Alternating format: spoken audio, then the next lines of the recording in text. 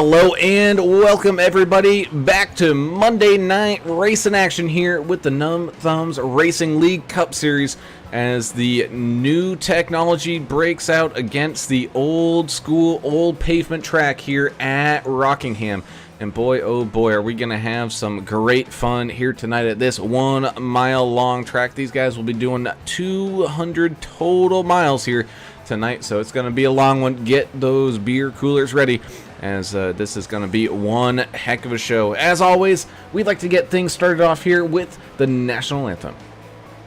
Oh, say, can you see by the dawn's early light what so proudly we hailed at the twilight's last gleaming, whose broad stripes and bright stars through the perilous fight o'er the ramparts we watched were so gallantly streaming, and the rockets' red glare, the bombs bursting in air, gave proof through the night that our flag was still there. Oh, say does that star-spangled banner yet wave o'er the land of the free and the home of the brave.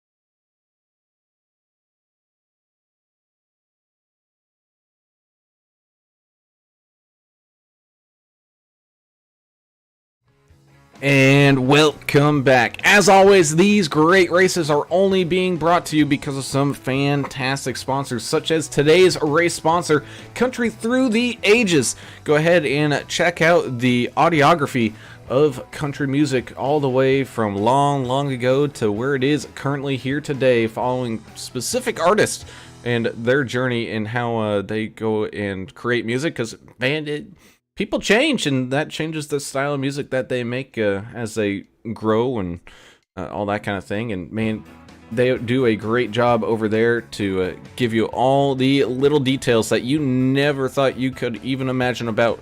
So be sure to head on over and give Country Through the Ages some extra clicks, as well as some other great sponsors such as JP Designs and 3D Prints, jumping on board here all season long. Go ahead and message them over here. I believe no website yet, but you can message them over here in the Discord and get yourself a custom paint scheme done, as well as button boxes and 3D prints being made.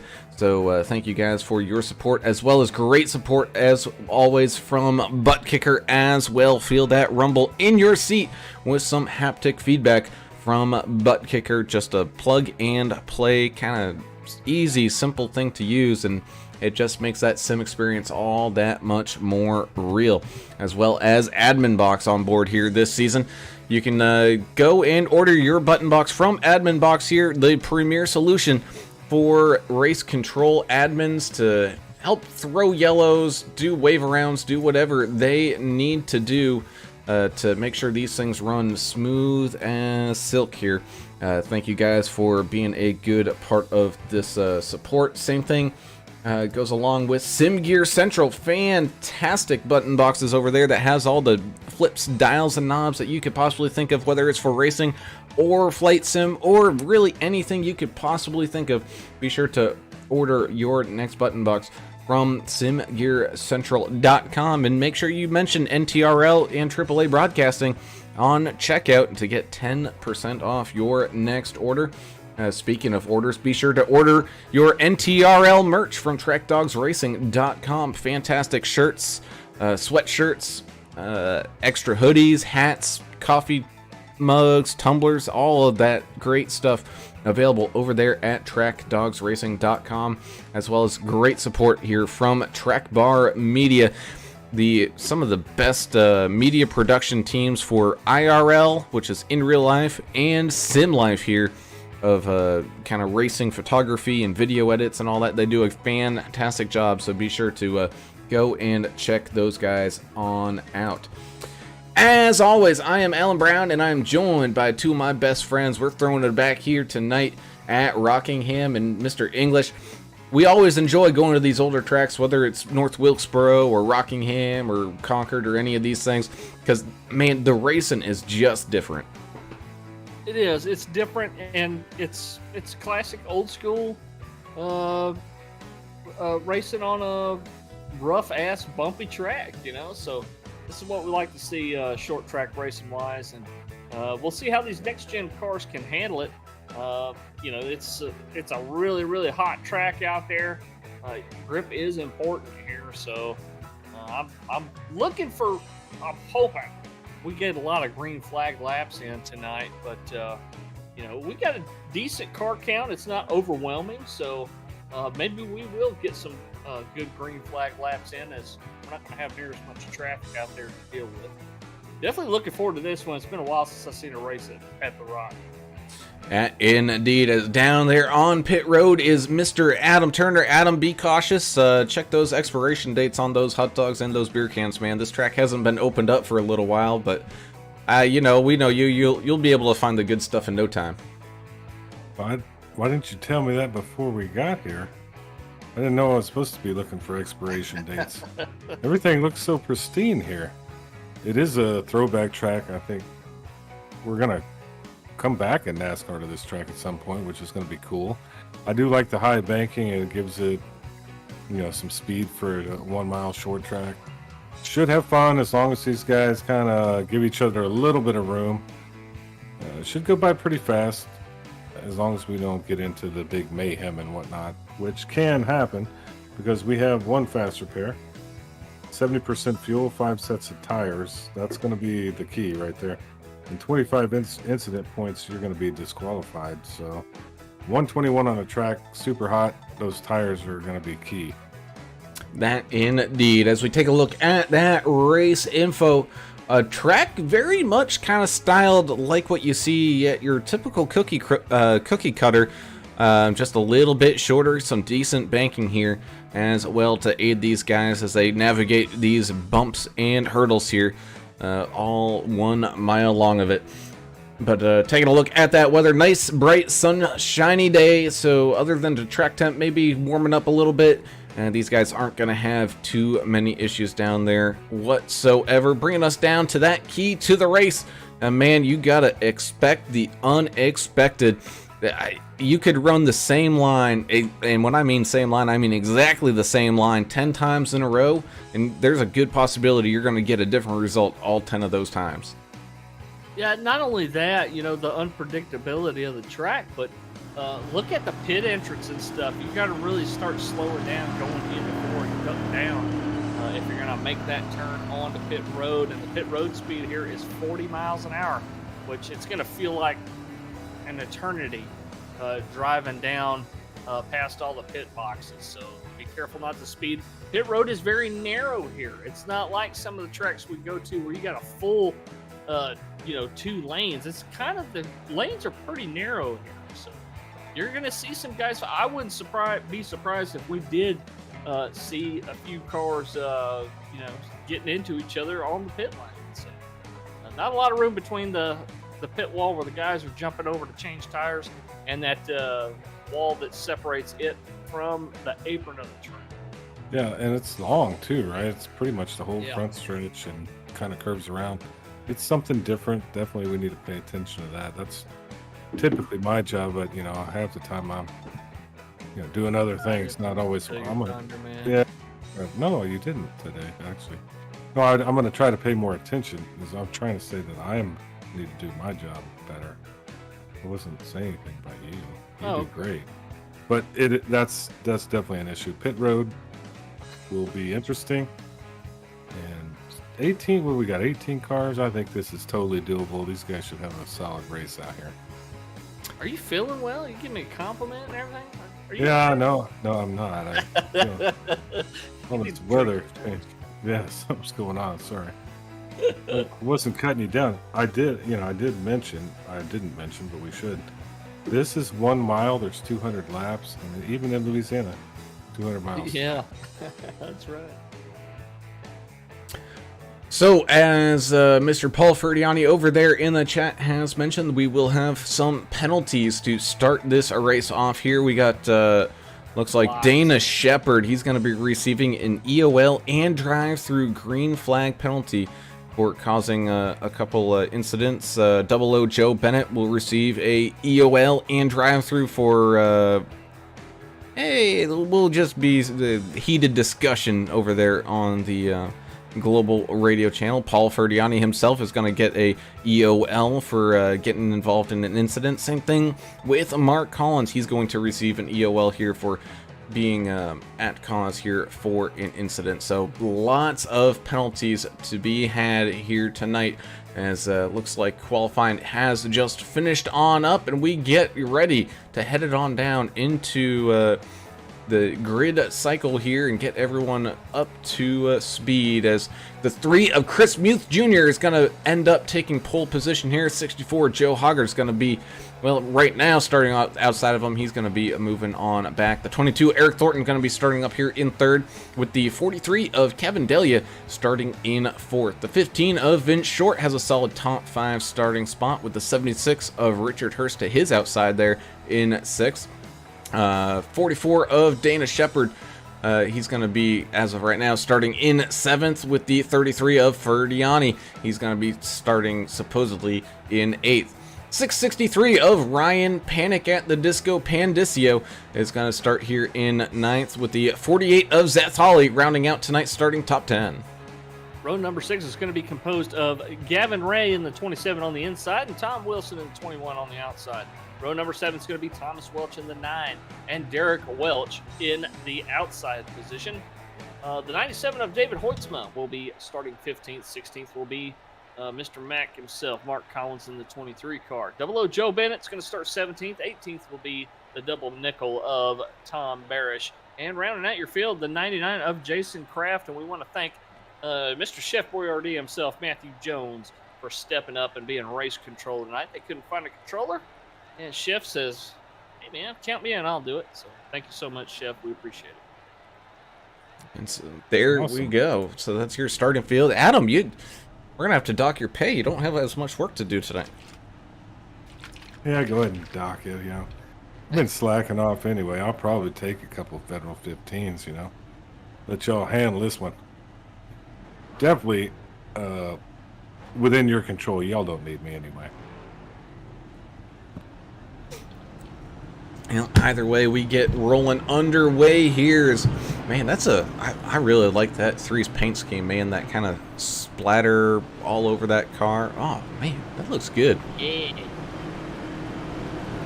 I like it. It says Budweiser on it. That's pretty cool.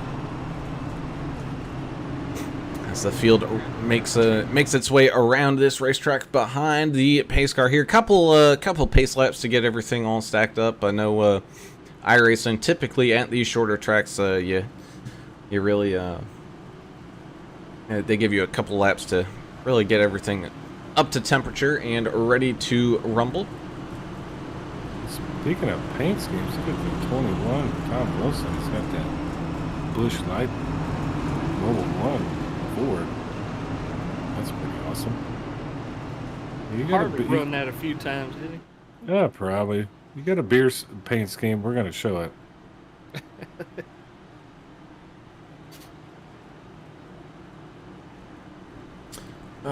So, as always, we thank all you guys reaching out over there on the YouTubes. Looks like Rebecca Smith is here, ready to go. Same thing with John Buckley. He's cheering for the 27 of Gavin Ray.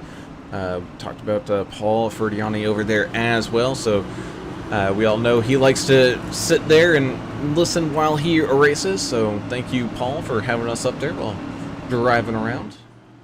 The Gambler. maybe he'll get some information. Sometimes these guys use the information to help them while they're driving around the track. Because we're Hey, kind if of it gets us, if it sometimes. gets us more views, hey, go ahead. Well, we need more views, eh? I mean, obviously, we need more thumbs up and likes, and notification bells, and this and that and whatnot. Come join us. Tell your friends. As, Cool stuff here at Numb Thumbs. as the pace car leads this field down through the exit of turn number 4, makes that sharp dive down into pit lane. Here we go, side by side for the first time here tonight.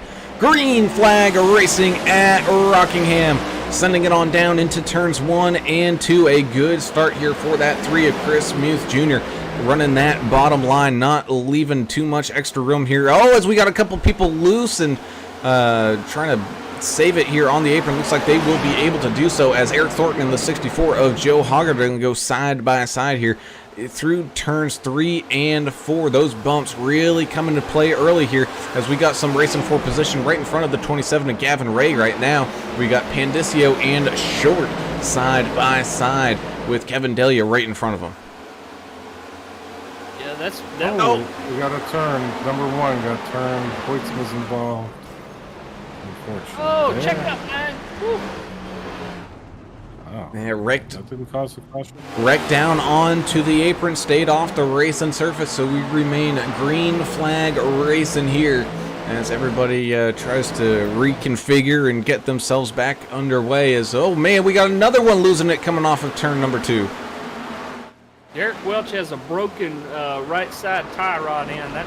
Oh man, oh no, we got the 21. He spun out in turns, I think that was turn number 3, and just got absolutely hammered there. And that's going to also bring out the yellow flag. Well, I hate to say this, but is that cold tires? It's Curse of the Broadcaster you talked about. No, it's cold tires. No, it's not probably. He kind of lost it on his own, then came back up. Man, he was having just some super problems there, wrecking all the way down from turn number 2 into the back straightaway, hard into the outside wall, and then just with nowhere to go, man. Oh, goodness gracious. The looked like that was the 99 of Jason Kraft with really nowhere to go, just absolutely drills him. I don't understand how when he came off the wall, he just got loose in both directions and crazy. You should have watched Derek Welch. He's now in the pits, but he was trying to hold that thing together going around the track till the pits came open. He was involved in that first incident. I'm gonna use that fast repair early. Yeah, you know what? That's a kind of cool thing about the damage model here in these cars. You can actually see that tire as he misses his pit box here. Man, that tie rod and suspension is absolute toast. Hanging off basically probably by a thread, maybe just the brake lines keeping that thing on. Yeah, it looks cool, but I guarantee it doesn't feel cool when they hit the wall like that. Oh, I'm sure. I'm glad to see John Buckley out there tonight. One of our big fans over here at AAA Broadcasting. He says beer is good. I like that. That's a great life motto right there. That's a smart man right there. Yeah. Tim says, "Let's go APX Motorsports." Go ahead, Adam. Well, no, what I like about this YouTube, it's that Soros Zuckerberg that own this thing. It tells us we need to abide by our community guidelines. And I think we get to create the community guidelines, right? So we get to let whatever we want through. Or is that like ruled by some other entity? I don't know. How's our community guidelining? It's currently being guidelined. It's being guided. It's being guided. Yes. Well, you guys don't let me have a hand in that. I guess Yeah, probably a reason. There's probably a can. reason. Oh, okay. Chef Boy RD says, "I've never raced control before, but I'm gonna give it a shot." No, it's good. It's just like, Hey, all you gotta do is make enemies, you know. yeah, you probably won't have any friends after, but that's not your fault. That's theirs. It's a It's a good Like thing. being an umpire or a referee, you know, nobody thankless job. Yes, there you go. That's what I was searching As both the 15 and the 00 joining us here with those face cams. 00 Joe Bennett running that Georgia Bulldogs paint scheme here tonight. for. Yeah, they ought to be proud of the game they played the other day. Well, when you pay your players that much, you ought to be winning every game. Right? Georgia? I think you're thinking of Bama. All of them. No, They're all getting paid. no. Yeah. They're having a heck of a season, though. Is LSU going to face them? Shit. You know what? I don't know. Man, I'd I have sure to look hope at the. so. I'd have to look at the I sure hope so. I'd like to see them battle. LSU just That'd be a good one. turning out to have a decent year, aren't Well, it's been fickle. You know, they've been really good one week, and then they make terrible mistakes the next week. So they? Here's the you just gotta win the ones. Indeed, as pace car moves its way on down into pit lane, side by side here, once again back to green flag racing here tonight, sending it on down into turns 1 and 2. Still going to be a side by side up here for this race lead. That bottom line though with Chris Muth Jr. Oh, so we got one sideways. Oh, still crashing. What in the short? Oh, 43 in the 15 getting involved in that one. Well, I hope you packed your big cooler there, Adam. You got your big No, 128 quart igloo there. no, I just put a handle right here next to me. You know, that makes it easier. It's a school. You know? For races like this, you just probably better off putting a plastic liner in the bed of your truck. Man, looking back at it, it looked like the I believe that's the 88. Got a little loose, was heading up into the outside wall, saved it, but man, that looked like some pretty decent size net code there. He's gonna hit him anyway, but yeah, Nick. I don't know if he was. No. I think he had saved it. He was moving back in the other direction, and as the wreck continues, the 15 just doing the best he can to avoid that contact hard into the outside wall. He's going to be facing some damage there as well. But really, it's only those two getting involved in that one.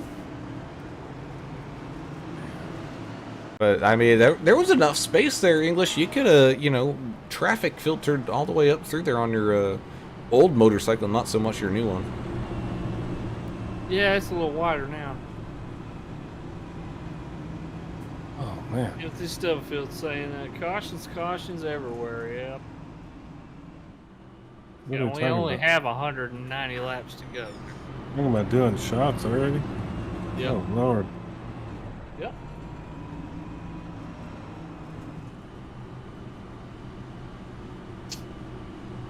Indeed. Oh, we're having an It's starting to argument. look like an ARCA race from Friday night. Yeah. I hope not. what Hopefully it did you- clears it. What happened Friday? Oh, I drank myself into oblivion or something. were you playing the shot game with the Stubblefields over there? Oh, but it was Friday. Barbecue game.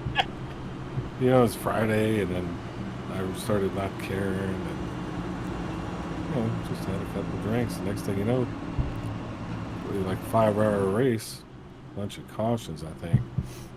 Hell, I can't even remember. Eased our pain. Ease his pain.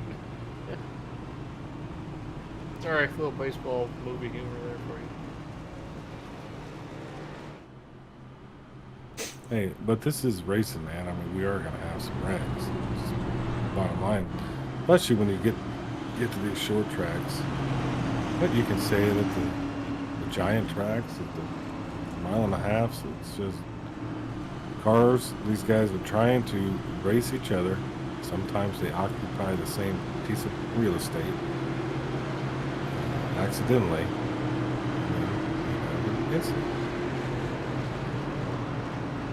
It's Einstein's theory. Which theory? You know, that one that he had. He had one like that. It was a NASCAR theory I think he developed. All I remember is his biggest theory was E equals F flat. I remember that one. No, that's not one either. Yeah, it is. It was MC squared. Making sense. I don't understand it either, but I'm just saying. I think E equals F flat makes sense. yeah, well, There is no F flat. there you go. There isn't. No, It's a sharp. Right? there's Oh, yeah, nothing no, you're between E and F. I got my It's- piano keys all messed up. Oh my god. It's two of the notes that don't have a semitone in between. Oh, That's theory. As the pace car comes back down once again, green flag racing here from Rockingham. The 3 and the 22 side by side. Gonna battle this one out down into turns 1 and 2. Man, look at that 3 get the launch coming off of turn number 2 here. He's gonna be able to squeak out a pretty decent size little margin there as the 1 to Derek Welsh looks to maybe try to move up the inside of the 33 of the Gambler. Paul Ferdiani here right in that middle lane as these guys hustle and bustle down and back across the line. He's now side by side with the 55 of Tom Barish, continuing to move his way up through this field. Same thing with Ryan Pandisio. He's lining up his next target, who is the 64 of Joe Hoggard, trying to creep his way up there onto a top 3 spot right now.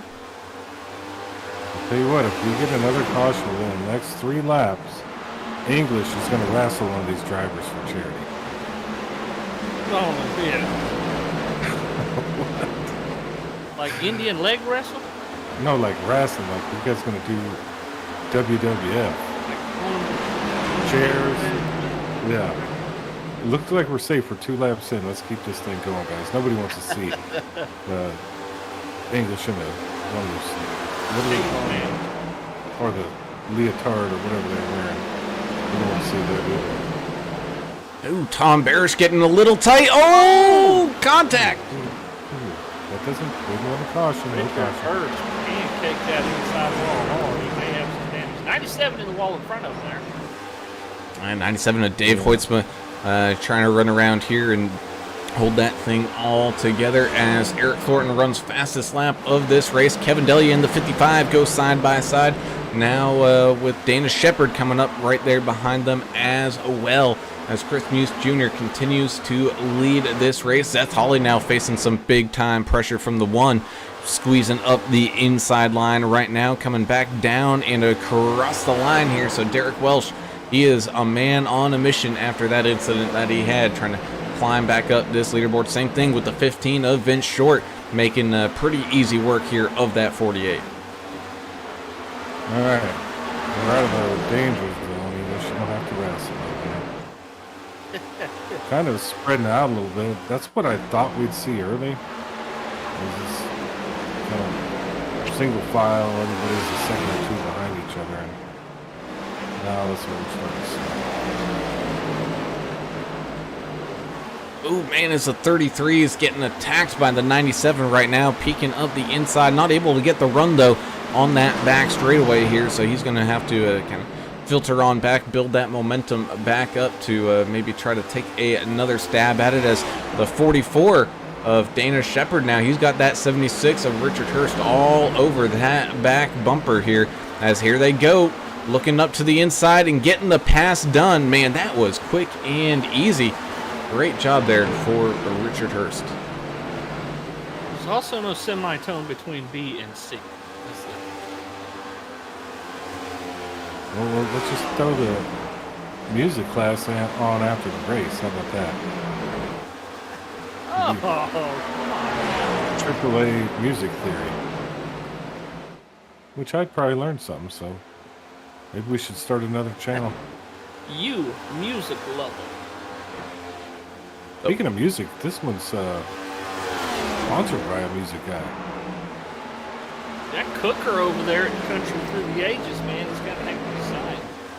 Check him out at countrythroughtheages.com. He also has a Facebook page. You can see the link to it in our Facebook page, Facebook post from earlier today. I got the 55 and the 97 right now going side by side down the front straightaway and back across the line. Behind them, though, you got Ferdiani and it looks like Tommy Welch having a good battle here, as well as Ferdiani almost getting up there, up into that outside wall. Yeah, he had to check up a little bit. Tom Barish was bouncing off the wall pretty good. We got a battle here for the race lead. The 22 of Eric Thornton has saved up enough momentum here, making a charge here at the 3, but the 3 is going to cross him up in the middle of turns 1 and 2. They go back side by side down the back straightaway here, and then it looks like the 3 is just going to back out of it. Joe Hoggard in the 64 just kind of patiently waiting back here. He looks like he's going to try to make a move on the 3 machine. It's difficult to pass here, boy. Man, you ain't kidding here as the 64 moves up the inside lane and gets the job done here against that 3. Chris Muth Jr. did a great job leading those first few laps, but now struggling a little bit here, losing a couple and moving on down into 3rd. Kevin Delia now, he's still got some pressure here as he and Seth Hawley continue to battle for one of these spots inside this top 10. Thornton also with the fastest lap of the race, almost breaking into the 23s. With a 4.06 time. On here comes Ryan Pendicio now cracking up into that top 3, getting a move done on that 3.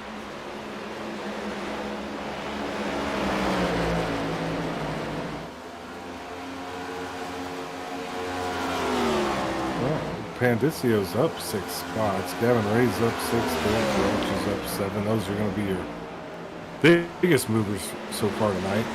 Hey, we're starting to click some laps off, guys. What point are these tires done, and what point is the fuel done? Well, these 1 mile tracks are kind of tricky, especially a track like this where it has some banking. Like Martinsville, typically you don't get too heavy of tire wear going on, but you start adding some bank into it, man, it sure starts eating those things up, especially with all the bumps and everything. Who knows what's going to be in store here as the 64 of Hoggard tries to make a move here up the inside of the 22. Eric Thornton side by side down this back straightaway. Looked like the 22, though, on that outside lane got just enough of a run as the 64 is washing up the track just a little bit, but has the room here as the 22 now looks to maybe cross him over as they come back down and across the line. Oh, one of the idiots' microphones is low according to Buckley. Which idiot is it? If it's me, that's Turner, the idiot. English, go ahead and say something. See if you're low. Yeah, check 1, 2. Check 1, 2. I'm the other idiot, Alan English. If mine is low, let me know. Ooh, that's a rhyme. That's like a rap. Good job. Oh, it and didn't even know it. That's slow down.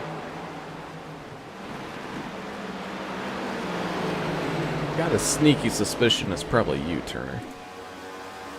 Give me a second. I've got a lot of, you know my internet's always screwy. Well, taking a look back here, this single file group back here for about, what is this? Probably 7th position through 10th right here. Whoa, 88, big loose right there. Coming off of turn 4, able to save it before he got to the start-finish line. Ooh, same thing with Hurts was hurting on tire. Same thing with the 33 of Ferdiani. Almost loses it coming off of turn number 4, but he was able to just save it in time here and rejoin the racetrack before losing too many more spots.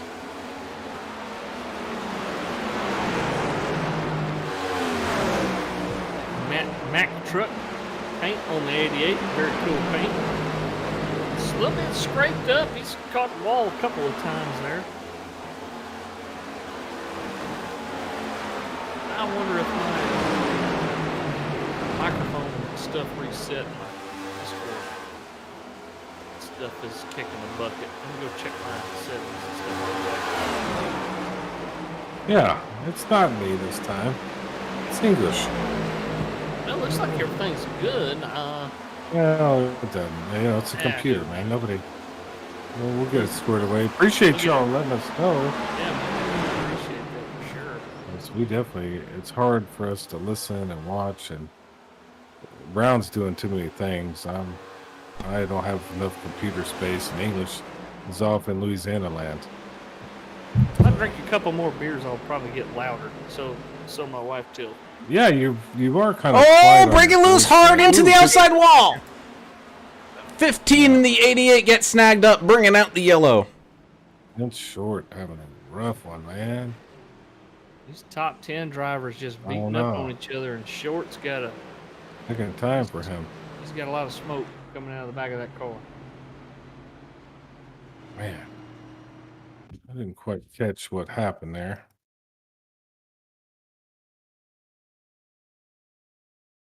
Looks like that 88 Mac machine getting involved and all knotted up here. Let's go ahead and take a look from our race chopper camera. Just slides on up, into the outside, a little loose, and again, just coming back down across the track. Hard side-by-side impact there. Yeah, just lost it on his own there. Now, instead of cold tires, could those have been old tires? It's a definite possibility here, and I'm trying to figure out who would be driving. Oh! Contacted the pits between the 22 and the 63. We knew it was going to happen, folks, and it just happened. Yeah, apologies out there. 22, apologize for whatever went down. Yeah, he clipped the back of the 63 of Ryan Pendicio and caused him to miss his box. Did lose a little bit of time there, but The 88, Let's see. the painted 88 is the 76 of Richard Hurst there. So Richard Hurst getting that little bit of loose here. John Buckley says, I feel that Gavin, a friend, and I host a steam at the go-kart track on Tuesday. Man, I don't know what he's trying to tell us.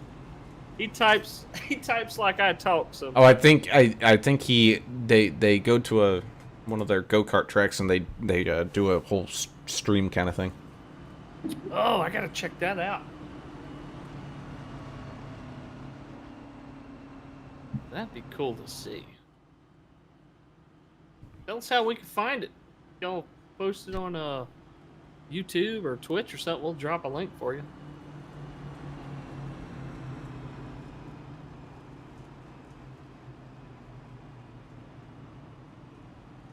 Well, let's see.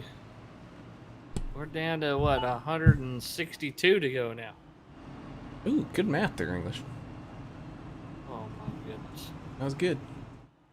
As we did get a pretty solid green flag run there, and although we did have some separation, we did still have some battles. I mean, it was kind of like one of those races where, you know, you find someone who's about your same pace, and you end up being around them for quite a while, and not necessarily racing each other hard, just having a pretty good race, as it's going to be the 64 and the 27 up here at the front to get things restarted.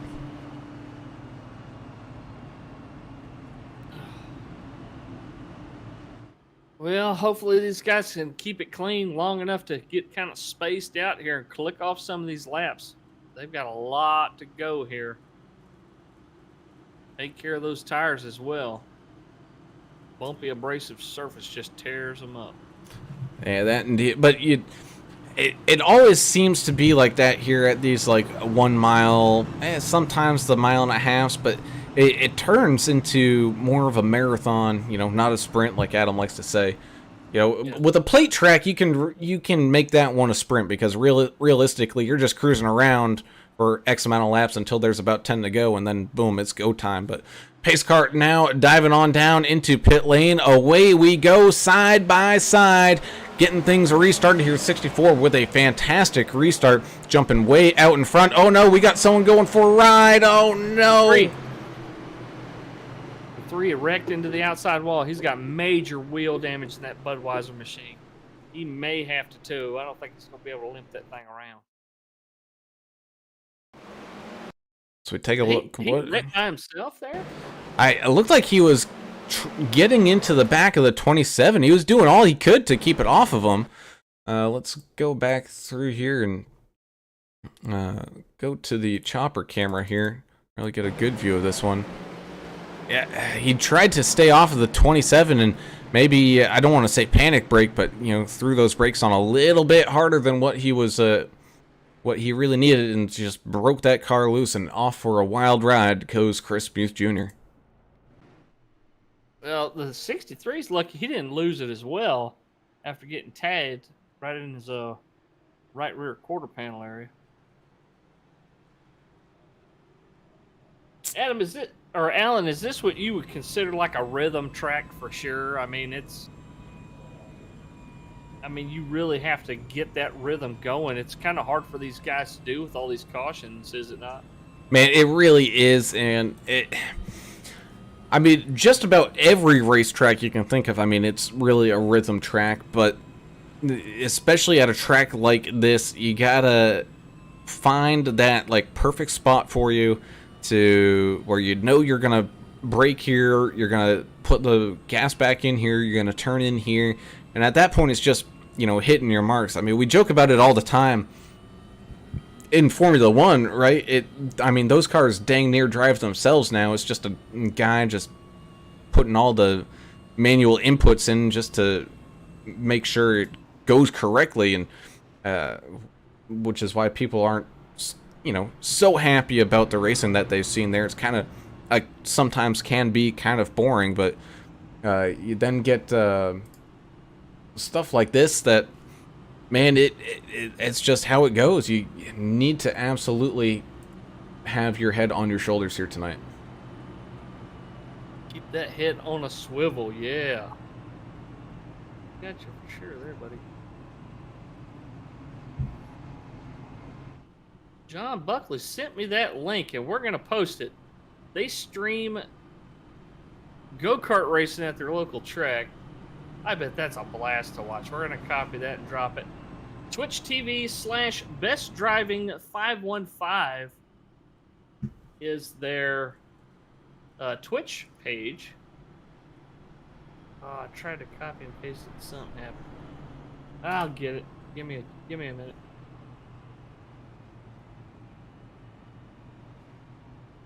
While you are doing that, big thank you to you guys here for watching us on this Monday night. As always, be sure to hit that subscribe button and ring that notification bell. Again, as we're kind of towards the holidays now, some people have off weeks, some people don't. So it's not exactly going to be 5 nights a week. However, if you ring that notification bell, you'll get alerted every single time that we go live. And there's nothing like, you know, being at work, having a crappy day, and then seeing that little notification thing pop up on your phone like, hey, AAA's live with a new race. Oh, man, imagine that. I'm going to go get a beer and go watch a race.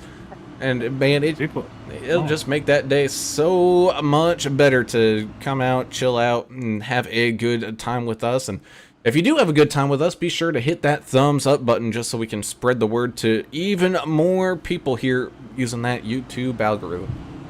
You're making a lot of promises, Brown. I just got back here. I had like a malfunction in the kitchen. But that's a lot of promises. We're not going to make anybody's day better, are we? I don't think so. Well, I mean, if the Stubblefields are here and you know, they make it better themselves. They're doing shots. Conduit. Yeah, we're just a conduit for that, all that fun stuff. Here we go, Brown. Yeah, as the pace car moves on down into pit lane here, we get to see the 64. Joe Hogger get this thing started off once again. Another solid restart there, just launching out of that go zone as the 22 and the 663 have a little bit of a battle here, racing for second. Same thing with behind them. You got the 27 of Gavin Ray and the 1 of Derek Welsh still side by side as they head on down that back straightaway and into turns 3 and 4. The 33 of the Gambler, Paul Ferdiani, having a good battle there himself with the 43 of Kevin Delia. All right, let's settle down, guys, and get some good green flags in. Oh! Richard Hurst into that outside wall again. I even saw a good puff of smoke there. It looks like that car's going to be okay for now, but definitely something to keep a track of. Timothy Stubblefield said they on that white dog tonight.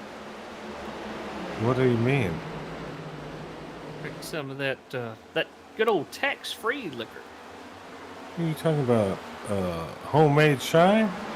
Oh, we don't use it kind of terminology like that. Everybody kind of knows what you're inferring to, even the tax man. You can't outsmart him, but you can hide it somewhere in your house where nobody finds it. Yeah. So, feel free. You do you. I don't care. I was having a good battle here between the 27 and the 44. Going to be side by side as they exit turn number 4. And this is kind of getting into that danger zone here in turns 1 and 2. You got to be sure you slow down enough. And, oh, man. You can see there the 44 really fighting that car, making sure it doesn't drift up the racetrack. Stuff Timothy Stubblefield's drinking. I think it has, what is it, about 4 fights per pint is how they measure it. I don't know that complete hillbilly stuff.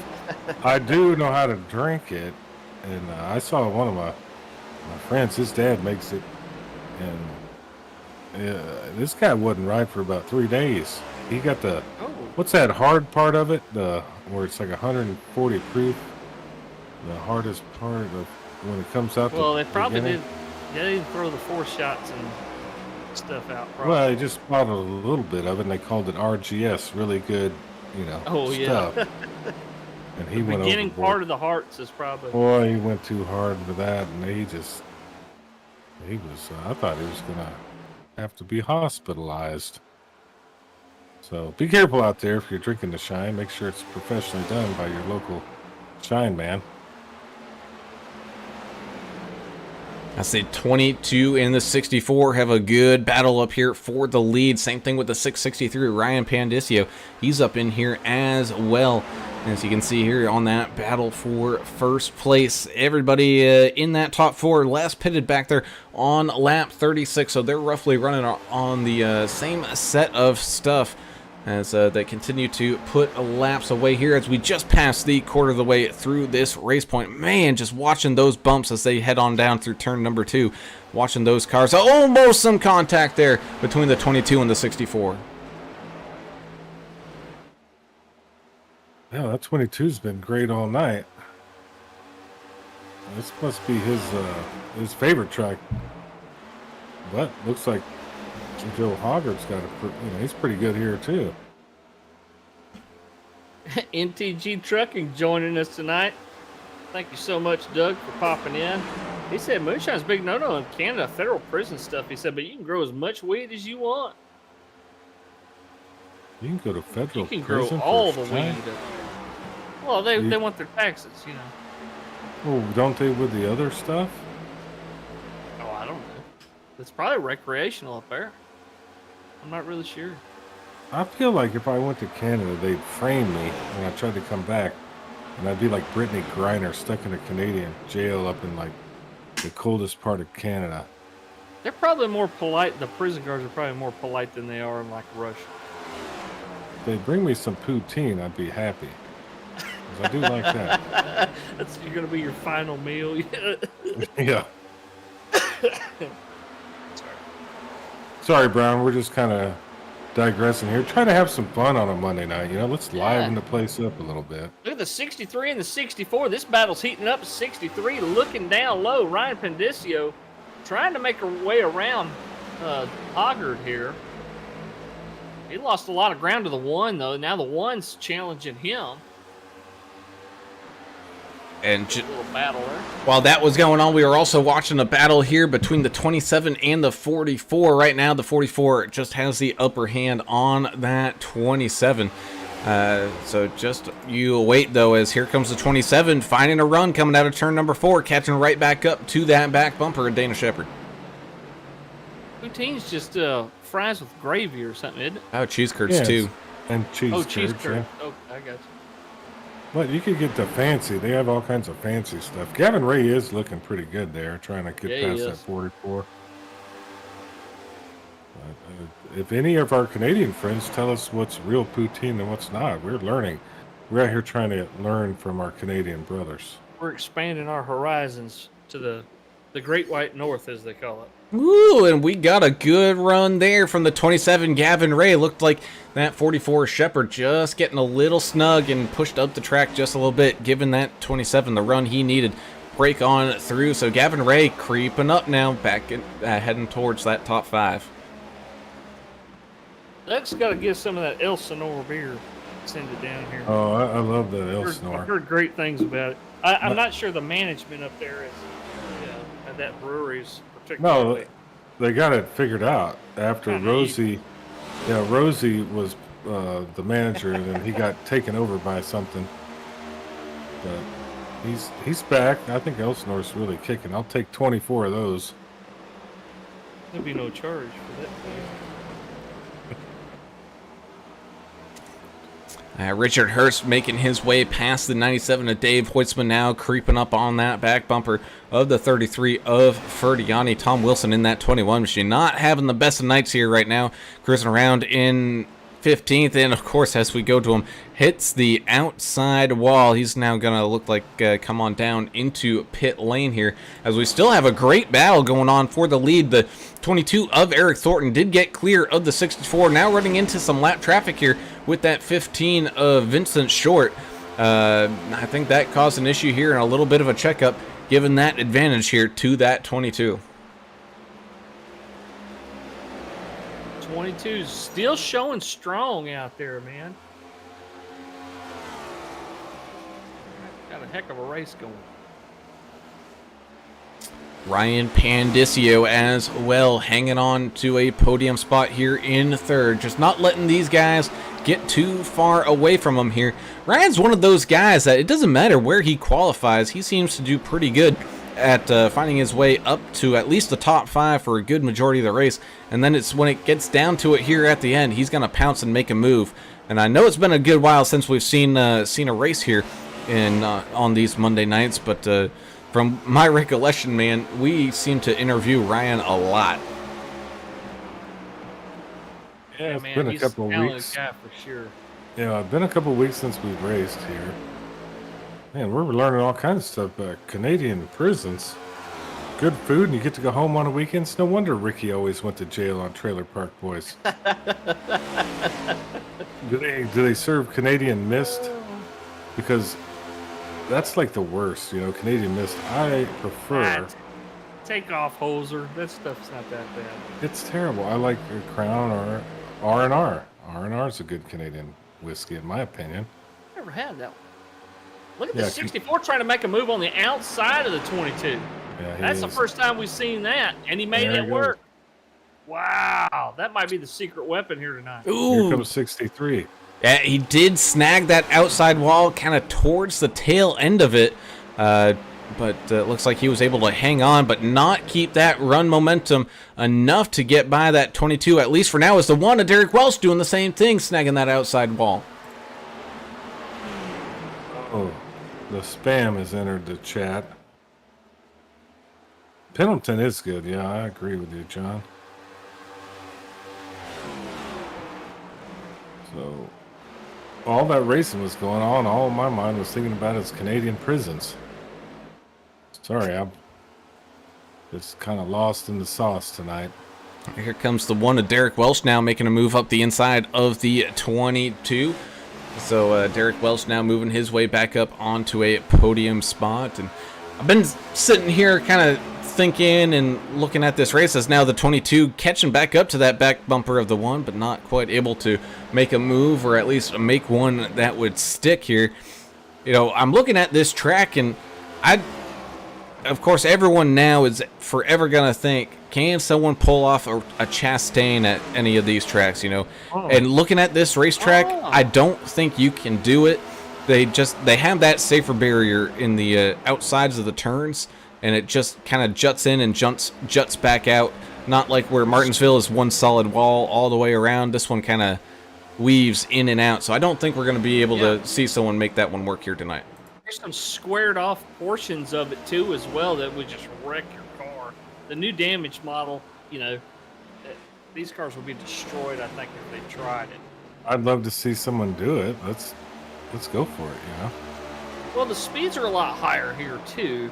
You have to slow down to what, 50 miles an hour, 55 miles an hour at Martinsville to make that turn on the inside. So it kind of makes a little more sense there. Whoa, we got too wide, too deep here. As Paul Ferdiani, the gambler, he got into the outside wall, scraped it up a bit. He'll lose a couple positions here. At the same time, we saw Richard Hurst make his way on past the 27 of Gavin Ray. Ferdiani losing those couple of spots. Now Seth Hawley finding his way on through as we're approaching lap 75 out of 200 here tonight. Mark Collins back here in 12th. Trying to size up that 33 of Ferdiani here next. Now, whiskey, wheat, barley, all big exports for Canada. I think their biggest export, though, comedians. Yeah, how many comedians come out of Canada? Norm MacDonald. Yeah, John Candy. Yeah, been some good ones. Was Harold Ramis from Canada? Oh, Seth Hawley breaking loose coming out of turn number 2, and there we go. I'm hoping not a lot of damage occurred there. He just kind of got a little loose. Look too terrible, really. Yeah, I hope not. Just broke loose. It must be. Is it tricky putting power back into the thing on the backstretch? Man, it must be, because we got to remember there is bumps here. If you don't hit one of those bumps, you know, dead square on, this is exactly what happens. That back end just skids on out of that 48 machine. And then poor 97 of Dave Hoytsma tried his best with nowhere to go. If he had about a foot more of space, he might have been able to squeeze his way on down in there. But the 97 square, getting that quarter panel of the 48 a little square here. But thankfully, it looks like both cars not too bad, worse for wear-wise here. Well, these guys would be happy to get some new shoes on these cars. That's I think so. Might as well. We're, what, 75 laps in? We got 125 to go. I don't know how many sets of tires these guys have used, but that's something that's definitely going to come into play near the end of this thing. Is Ferdiani having a tough time getting in his pit stall? He sure is. Ooh, as we had a race coming down off of pit road here, it looked like the one of Derek Welsh had it by a nose. We'll have to see exactly how the timers had it, as pit road is kind of interesting and on a little bit of a curve here. So we'll see how they score that one. But Joe Hoggard will continue to lead the race here. I wonder if this is a real thing. The Royal Canadian Institute of the Middle Insane, or if it's a real place. And I wonder if it's really next to a brewery. It should be. If it's not, I mean, why wouldn't it be? It was on a particular movie I watched. Yes. Did I ever tell you about that time I was in Houston? Don't ask what I was doing down there, and I was walking through a homeless camp, and it looked like a scene from Star Wars where everybody was dead. There was nothing left, you know, just the trash and mayhem everywhere. And all I saw that really caught my eye was about 5,000 bottles of Canadian Mist on the ground. That's when I knew Canadian Mist wasn't for me. Oh. Well, while we're here under caution, let's talk to one of these drivers. We'll talk to the 00 Joe machine, Joe Bennett. Holy Oh, that was interesting timing as we get to talk to the 00 Joe. Talking in car here. Joe, it looks like this one's no soft way of putting it. This one's looking pretty tough out there tonight. Yeah, this track is definitely very tough, man. I forgot to crank my car up on the grid, and then I had to take my penalty, and then now it's just like coming out of 2. If you're not easy on that throttle coming out of 2, you're gonna lose it every time. Well, I mean, you're up 11 or what, 12 spots now. So whatever you're doing, just keep doing it. We're going to have some fun up here in the booth watching y'all, and good luck the rest of the way. I didn't take tires, so this should be pretty interesting right here. Cause I actually, yeah, I took a set after I couldn't grid on accident, so I'm down a set. So this is my catch up right here. Ooh boy, well man, good luck. Looks like pace car's diving off down here, man. Have fun. All right, appreciate it, guys. Got the 00 Joe back down there. We knew it was going to happen at some point. Someone in the middle of talking to somebody. Now that I know he hadn't taken tires, it's going to be fun to watch here. Indeed, as here we go up at the front, this 64 and the 663 side by side. 64 getting a mega launch down there off that bottom line. The 22 Eric Thornton's going to try to follow him on through back around that 663 of Ryan Pandisio. Kevin Delia up there quite a few spots, as well as we got some shuffle and bustle all the way through this field. A great race up at the front, but an even better one happening here in the mid to the back. 00 Joe now side by side with the 97 of Dave Hoytsma. He's got that 33 of Paul Ferdiani right behind him. Side by side, 00 Joe and the 97 of Hoytsma. Continuing that little shootout there. Ooh. One of Derek Welch just got in the wall. And snagging that outside wall. That thing has seen a lot of action here tonight. And I'm sure it definitely isn't over, as we're about 20 laps away from halfway here. 00 still racing hard now with the 33 of Paul Ferdiani. Looks like Ferdiani's going to be able to squeak away with that position. Here comes Derek Welch and that 15. Vince Short still stuck a few laps down here, trying to make up a whole ton of ground.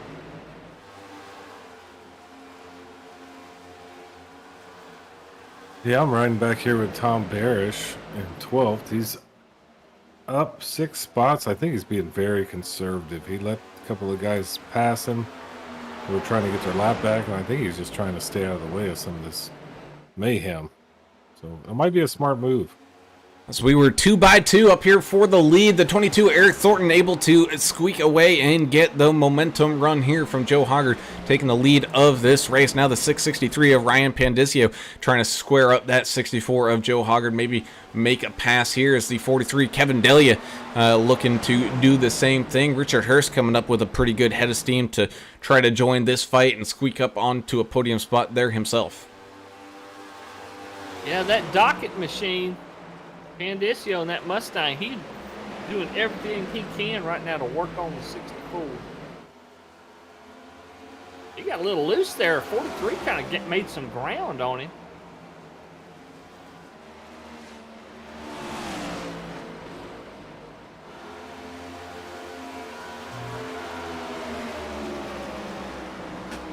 Back down and across the line.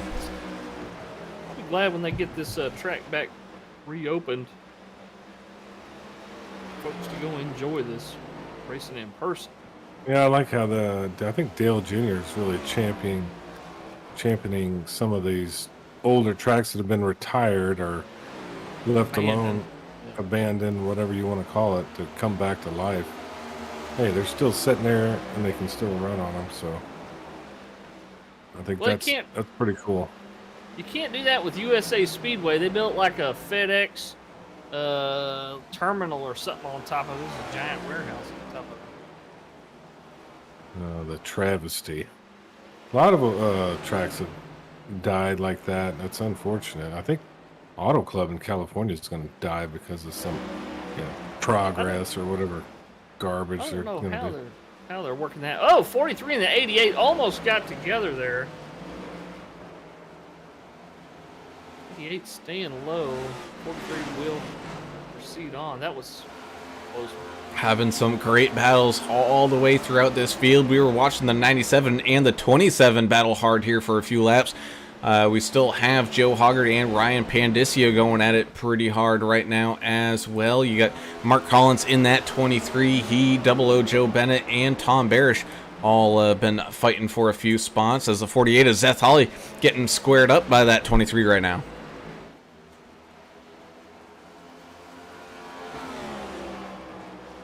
Well, while this is going on, I'm going to check out Country Through the Ages, the website. I already have. Oh, yeah. A lot of cool stuff. You like country music? Not that crap they play on this hip-hop radio garbage that they call country now. He's talking about real country music with a steel guitar. Y'all know what those are, and maybe even a fiddle. So check that out, Country Through the Ages.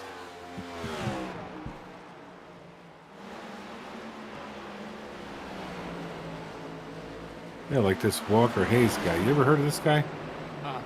Yeah, Dan and Shay. You heard of them? Nope. Yeah, because they ain't country, but they put them on country radio. It's a disgrace. Oh, mercy. Like Florida Georgia Line, you know? They need to have their own channel for whatever they're doing. Indeed, it's the 22 Eric Thornton. Once when he got clear of that battle here for these podium spots, man, he is absolutely gone to the wind. He's about a second and a half up. It looks like the 64 of Hoggard trying to eat up that gap, though, just starting to break free of that 663 a little bit here, as he's still having to deal with some problems from Kevin Delia and Richard Hurst there himself. So great battle still happening, going on up here at the front. Looks like the 23 of Mark Collins still trying to figure out a way to get back around that 48 of Zeth Holly. Other than that, everyone kind of spaced out for the time being. And at this point, we'd like to remind you guys that the Numb Thumbs Racing League is putting together kind of a special race here coming up in a couple weeks.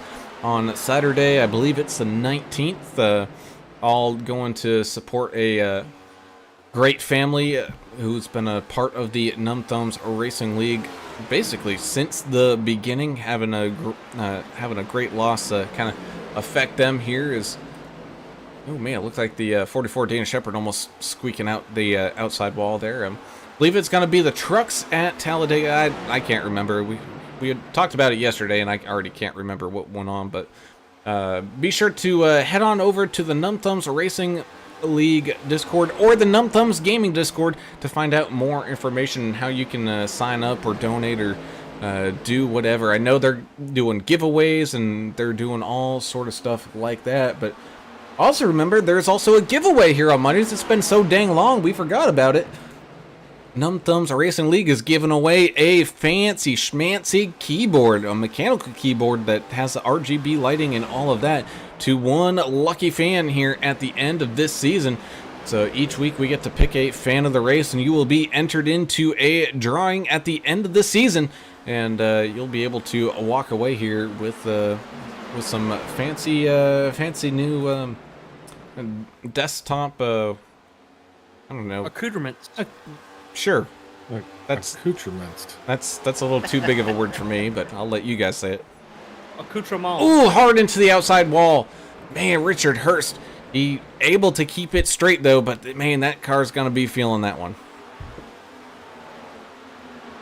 Talk about abandoned tracks. I found my old speedway on Google Maps just a minute ago. San Antonio Speedway. I guess a couple of trucking companies share the parking lot now, and the track just looks like garbage from the air. I hope somebody saves that one day. Oh, man, it's sad.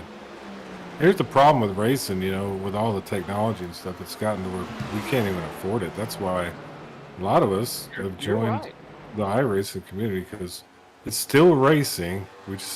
When you break something, you don't really have to pay for it. So it makes it a little bit more affordable.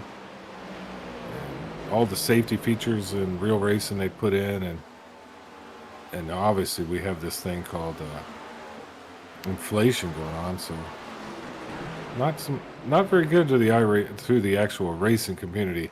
iRacing though, we're doing pretty good out here. As that lead held by that 22 of Eric Thornton, that has been absolutely chewed up and spit back out from the 64 Joe Hoggard right back up to that back bumper here. So we are racing for the race lead. Oh, Derek Welch, big loose on the backstretch.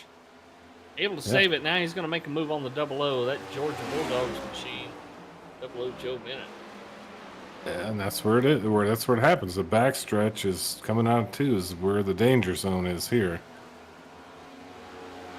As we get all lined up here for a lead change, as it looks like the 22, I don't know if he's having a problem down here and is going to be coming down into the pits, but man, he is looking mighty slow as the 64 Joe Hoggard absolutely just blitzes and leaves him in the dust, taking control of this race.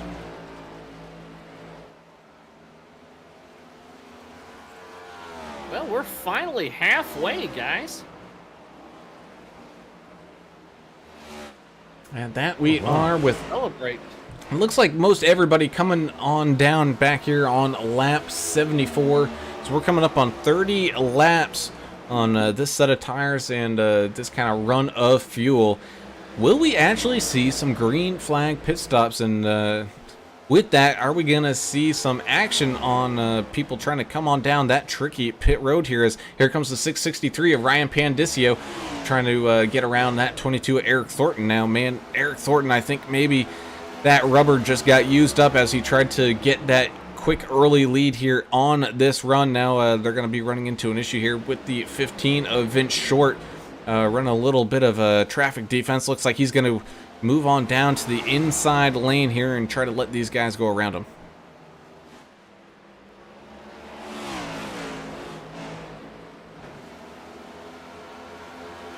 Well, really kind of spread out now for the most part. Trying to find some other battles. It's just tough right now. It's like we did have a few disconnections here tonight. We did? Oh, Tom Chris Bears. Youth Jr. in the 3 machine, Thomas Welch in the 9, Tom Barish in the 55, and Jason Kraft in the 99. All those guys done for the night. So that means we got what? 15 cars still out here. That indeed. So we that last car would be the 15 of Vince Short. Yep. But he's going to stick with it here because attrition positions here coming towards the end is definitely a possibility, as here comes the 1 of Derek Welsh looking up the inside of the 27 of Gavin Ray right now on this long green flag run here. Not quite able to make that inside line stick, though, on the exit of turn number 4. Let's see if he tries it again here. Moving on down to get around that 27. Yeah, keep in mind they only have one fast repair here. So any other repairs they need to get done are going to have to be done manually. And you're going to lose a lot of time and a lot of laps doing that. Eric Thornton now having a battle with the 43 of Kevin Delia. Battle for a podium spot right now. Side by side down through turns 1 and 2. Once again, just not able to get the run here coming off of turn number 2 for the 43. Rebecca Smith joining us, Linda Casey, and let's go Dave Hoitzma. Thank you for joining us, Linda. Not sure we've seen her in the chat before. Glad you're here. John Buckley saying, don't forget the banjo. What's he talking about there? Oh, that was back We were talking about in the country music. Yeah. Oh, okay. Well, the banjo scares me a bit, guys. I'll be honest with you. Because of the one movie? Yeah, it scares the living daylights out of me. Cool instrument. I don't want it in every song. Ooh, the I don't want it in 22. every song. 22 ups and scrapes the outside wall, running a little tight here. Oh, same thing with behind him, the 76 of Richard Hurst. Just absolutely full sending it there off of turn number 2. He's going to try to creep up and maybe steal a spot away from that 22 of Eric Thornton right now. Same thing with the one to Derek Wells. She's going to go side by side with the 44 Dana Shepard here, continuing to try to climb back up this leaderboard.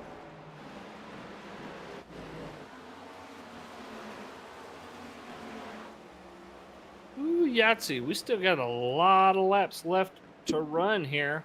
Yeah, I was just checking 80, out my 89.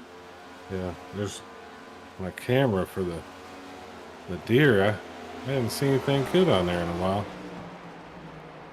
This must be in the rut. I have to get out there and shoot one of them. Yeah, we got a few laps to go. Brown, I don't know what your thought is here, but who do you think is really going to have the upper hand as we get into the second, half of this thing here? Man, right now, I'm going to say probably the 64 of Joe Hoggard. He has absolutely been on rails, especially once when he kind of left the battling behind him here. He's opened up a 3+ second lead over the 663 of Ryan Pandicio. So be on the lookout for him, especially if this thing remains green flag racing to the end. That 64 machine, he's just going to absolutely fly. But don't count out any of these guys hustling on through. They still have to make some pit stops, and pit road is going to be tricky. Yeah, I'm wondering if anybody's saving. Eric Thornton's has had a really good race in 5th. But he's, 7 seconds behind at this point? I think he's dealing with some really old rubber right now. I've been kind of watching him just struggle, and people are, I don't want to say easily getting around him here, but like Richard Hurst right now, he's gotten around that 22 machine, but has not quite driven away just yet. But I think tires are really starting to show that they are not happy right now. Right, and they might have some tricks up their sleeve. We don't know exactly what's going on in the car with the guys and what their strategy is. So maybe he's got something saved. He was really running super fast when he was up there, but tires definitely are hurting him right now. Well, you also just look at, comparing their best lap time / their fresh tire lap time to what their lap times they're running now. It's almost a 3-second difference. So yeah, these tires are worn on out. They're going to be riding on the rims here soon. Isn't like the general rule, once you get 2 seconds slower than your tires, your nice fresh tires, isn't it time to come down there and change them out? Or do you have to adapt due to the track and how many tires you have, how many sets you actually have to use during the race?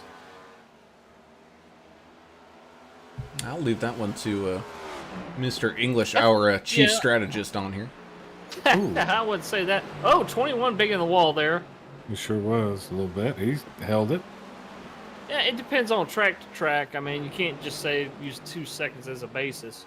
Some of your longer tracks, it's going to be, the time difference is going to be a little bit more, but you're going to feel it. I mean, when it starts feeling like you can't get power down at all coming out of the turns, they're done. Either that or it depends on your driving style too. I mean, if you're pushing real hard, it feels like you're trying to steer, a dump truck through the turns. The front end's just sliding on you. It's time for tires as well. Maybe time to change up your corner entry as well. We got one coming in, don't we? Yeah, Tom Wilson, one of the first ones to come on down into pit road here. Maybe showing that it's about time to go as we ride here in the cockpit. Call this the GoPro cam, as it's kind of mounted right to where Dana Shepard's helmet would be, and you can kind of see the fighting that he's got to do. And oh my goodness, I couldn't race in VR here, man. I'd start getting a little sick for how bumpy this track is, just going bump a dump a dump a dump a dump. It is very bumpy. Yeah, I could see myself probably getting dizzy here. The good thing about VR, though, is that especially in the turns, you can kind of look to your left. You can see through the turn, which really helps me know when I can get back in the gas and all that. It's a neat option to have for sure. Seth Hawley, I think, 48 driver VR most of the time, I believe. I'm not sure he's doing it tonight or not. The last, I would probably say probably. It's one of those, man. Once when you switch to VR, it's hard to not race it ever again. It is. Because, man, I can't race on a flat monitor anymore. I mean, I was lucky enough that if I did need a break, I at least had, you know, triple monitor, so I was able to at least get a little bit more of that immersion. But, man, it truly, once when you switch to VR, man, it's been one heck of a thing. What about one of those ButtKicker things? Thornton's coming down. And that was a long time coming, as well as he was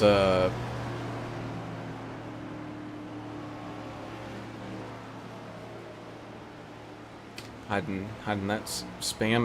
But yeah, Thornton coming on down, getting some tires. But John Buckley really been enjoying watching this race here between the 44 and the 27, man.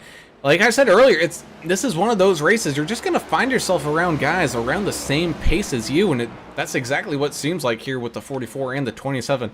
Both drivers, you know, making a mistake here and there, the other one taking advantage of it, and then vice versa. So a great race here inside this top 10 for these guys. As here comes the 48 of Seth Hawley creeping his way on through and joining this battle. Well, he mixed it up. Those two were racing, and he kind of saw an opening, so now he's joining the fray. Thank all of you so much for watching us out there in YouTube land. We appreciate all your support. And if you like what you're seeing tonight, hit that thumbs up button for us. It helps us out. And subscribe if you haven't already. I think most everybody who's on here is already subscribed. So we sure do appreciate each and every one of y'all. We love our viewers for sure. It looks like Gavin Ray next to come on down into the pits, getting the fresh rubber, getting topped up on racing fuel here. As Richard Hurst, man, he's been one of those guys. We've seen him driving on the limit all race long. Snagging the outside wall occasionally, rear end starting to break loose on him here and there. But otherwise, he's been doing pretty good in that Mack racing machine. He's got the one of Derek Welsh trying to creep up behind him here. I think he got smacked a couple times early from other cars as well. So, I mean, it's not all self-inflicted there with the wall.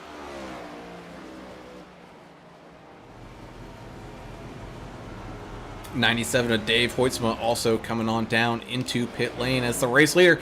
64 of Joe Hoggard increasing that lead, still up around 4.5 seconds and climbing. So he's definitely feeling pretty comfortable out here right now. Ferdiani bounced off the wall pretty hard in 3. He's got some right front fender damage and some rear quarter panel damage, but that World Series of Poker number 33 Camaro is still out there running hard. I gotta get with Paul because I know he's one of those guys. I think Friday nights is, as he likes to call it, his big money night. Oh, scrapes that outside wall again. Here comes the 27 of Gavin Ray. And this is the difference here. Old tires and new tires. Just look at that 27 fly. Just not even blinking past that 33. I got to get with Paul so he can teach me all the plus EV strategies that he uses.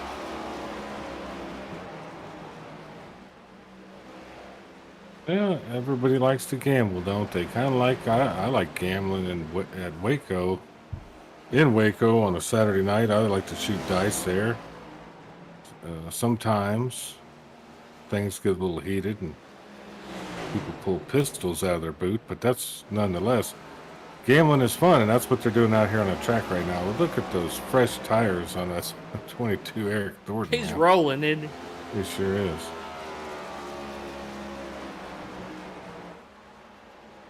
I mean, like we kind of like we said earlier, man, we were seeing people run dang near 3 seconds a lap slower the old versus new tires here.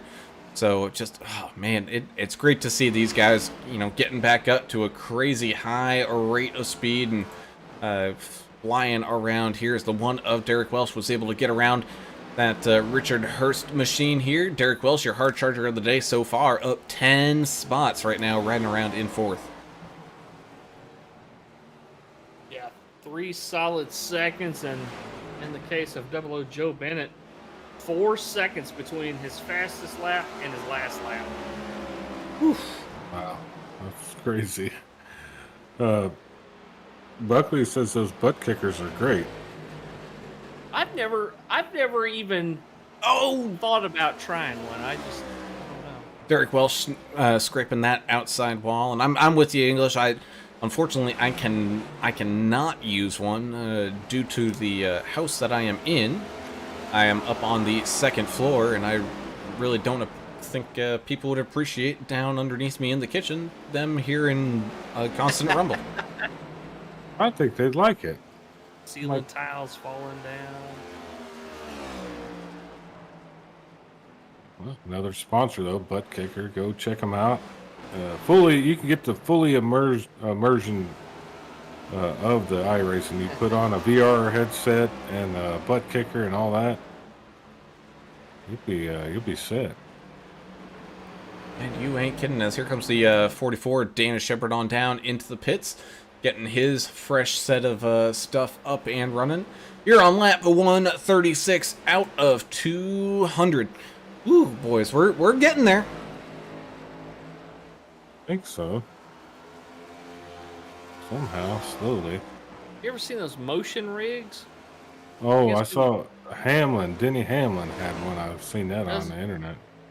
Well, he's got Did his $1 wife billion. get it in the, the big I forgot about that. That kind of went away. Oh, It wasn't that big a deal.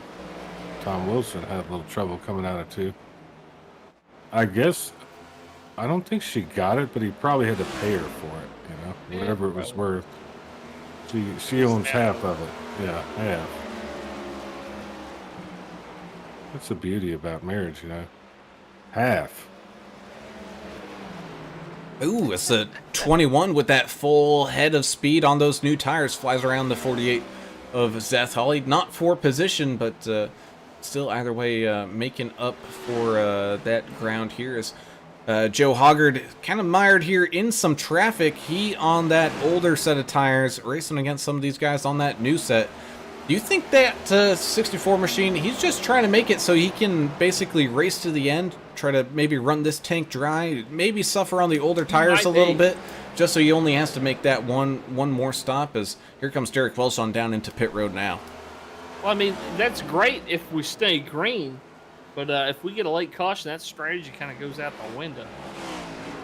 We'll see here. And there he comes now. Speaking of, he's going to be racing down into pit road side by side with that 48 of Seth Hawley here. Again, not for position. However, they're going to be side by side rolling down this thing.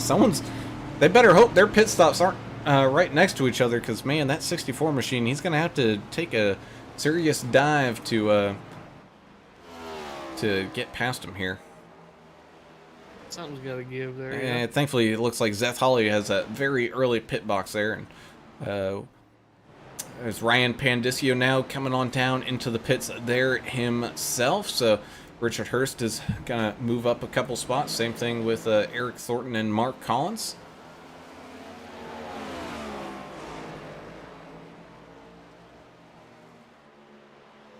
Talk about the Hamlin thing there, Turner. Reminded me of what Jerry Reed said in a song one time about they split it all down the middle and then they give her the better half. Remember that song? I Know Country Through the Ages has heard that song. Yeah, that's You right. got the gold mine, I got the shaft. That's right. Very good. Oh, we got Ferdiani they're spinning. wrecking. Oh, hard impact there. Kevin Delia, who had just come down into the pits himself. Oh, man, bringing out that caution flag. Oh, it was somebody spinning in front. It was the 33 of Ferdiani and spinning in front of him there, huh? Yeah, Ferdiani, we got to go all the way back to turns 1 and 2 here. Oh, getting loose up on that high side, exiting number 2. Thought he had it saved, not quite. Still breaking loose as he went on into 3 and 4. And the 43 of Kevin Delia did all he can to avoid contact there, but not enough. to avoid it with the 33 of Paul Ferdiani. Bennett said it, man. He said it's hard to get power down at it, too. We're seeing it time and time again here. Yeah, he carried that issue all the way into 3. 33 did, so wow. That was an interesting crash. I'll give it to him. He went up the track, down the track, up the track, and in the middle of the track. Now this is going to be something interesting to see here, because that did put some people stuck still 1 lap down. Eric Thornton's going to have the lead here, but he's going to have an older set of tires than everybody else as we're closing in on that 50 lap to go mark. Looks like Gavin Ray, he's going to be restarting here in second by the looks of it. Richard Hurst, Ryan Pandisio, Joe Hoggard, all on this lead lap. Same thing with the 23, Mark Collins. 97 of Dave Hoytsma in the 43 of Kevin Delia, who unfortunately was involved in that one. It looks like we do have some people coming on down into the pits, maybe topping up on that extra little bit of fuel.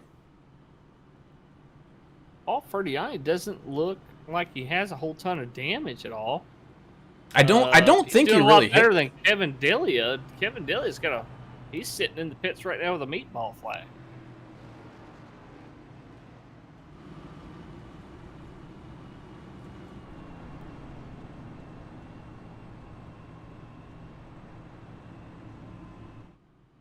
Well, while we're sitting here under caution, let's go ahead and talk to another one of these drivers, especially now that they've they've had a pretty good run. It's, of course, our list of names of people that are available for interview have shrunk a little bit. Let's see here. Let's go ahead and let's talk to that 20. No, he's going to be getting the wave around here. He actually needs to focus up a little bit. You know what? Here we go. Let's no, he's coming out of the pits. Man, everyone's doing something here. Yeah, short track too, man. I mean, it's hard to get it in there when guys are entering or exiting or passing, trying to find their spot in the order here as they re-rack.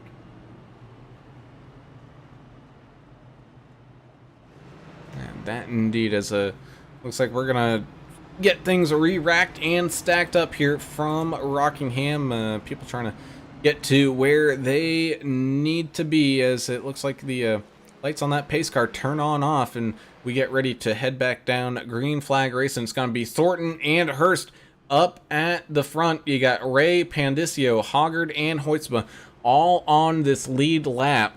You got Derek Welsh, Dana Shepard, and Mark Collins stuck that 1 lap down here. They're going to be racing for that lucky dog position. Same thing with Kevin Delia and Zeth Hawley. Ferdiani's going to be a couple laps down here, so he's got some work left to do here. So 6 cars on this lead lap as we get this party re-rolling here. Pace car coming on down into pit lane. Green flag is out, and here we go back to green flag racing here with the final 54 laps of this race. Thornton with a great restart here, and you can see that one of Derek Welsh wasting no time whatsoever. He wants to get his lap back before this field gets too strung on out, and he's going to fight his way up to where Eric Thornton is. Richard Hurst, he's just going to try to do the same thing, except that will be for position, as here comes Joe Hoggard and Gavin Ray with a pretty good battle. Ryan Pandisio as well. He's stuck mired in some traffic here. You got some people a lap down, kind of stuck here in front of him.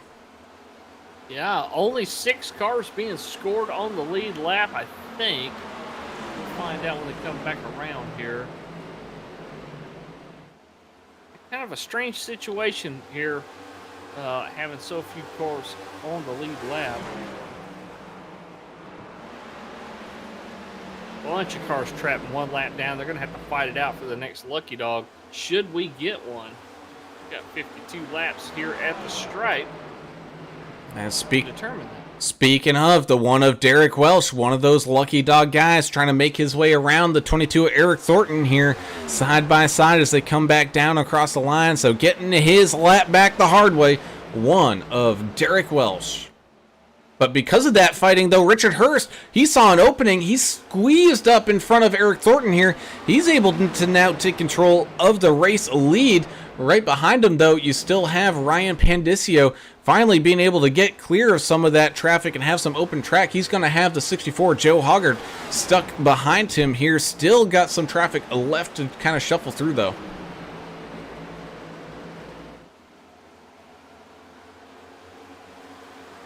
Oh, Wilson's in the wall. Caused a little action behind him. All worked out. Zeth Hawley making his way around him here, but it looks like the 21 got everything squared back away. Maybe look to take another peek to make a pass up the inside, but not quite doing that. As we got one down there on the apron. Ferdiani just it looks like he might have been just getting out of the way there. Yeah, he got real loose, left black marks up on the track and everything, and he ended up on the apron.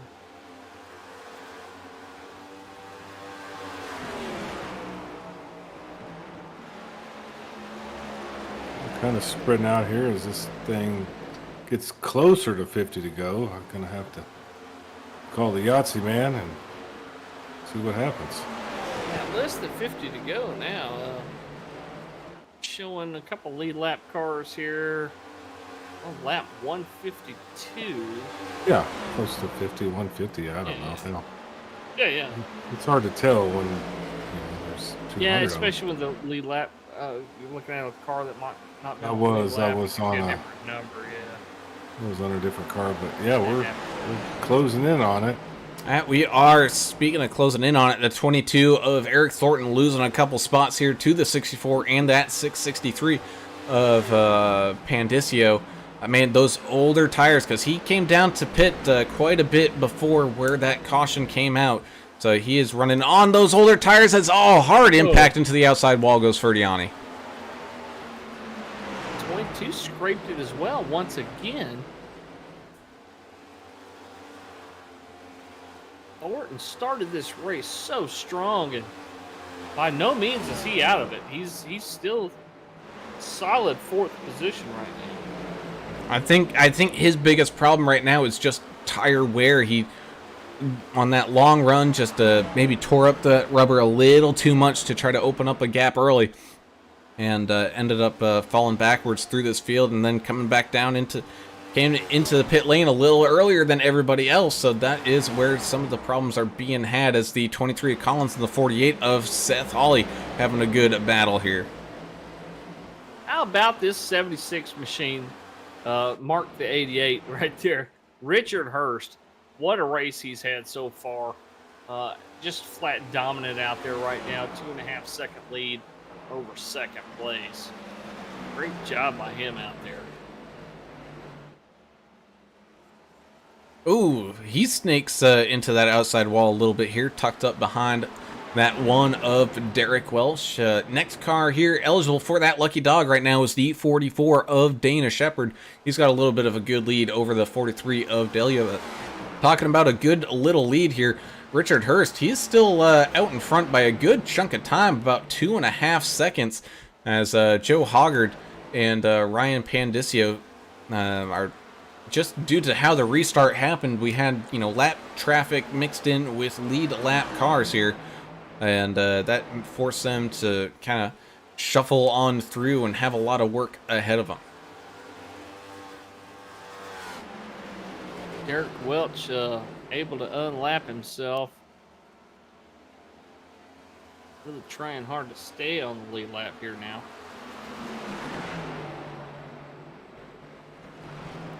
He's hoping for a caution to get stacked back up here. Indeed, as we come back down and across the line with Richard Hurst out in front, 40 laps left remaining here tonight in this 200-lap, 200-mile race coming from Rockingham.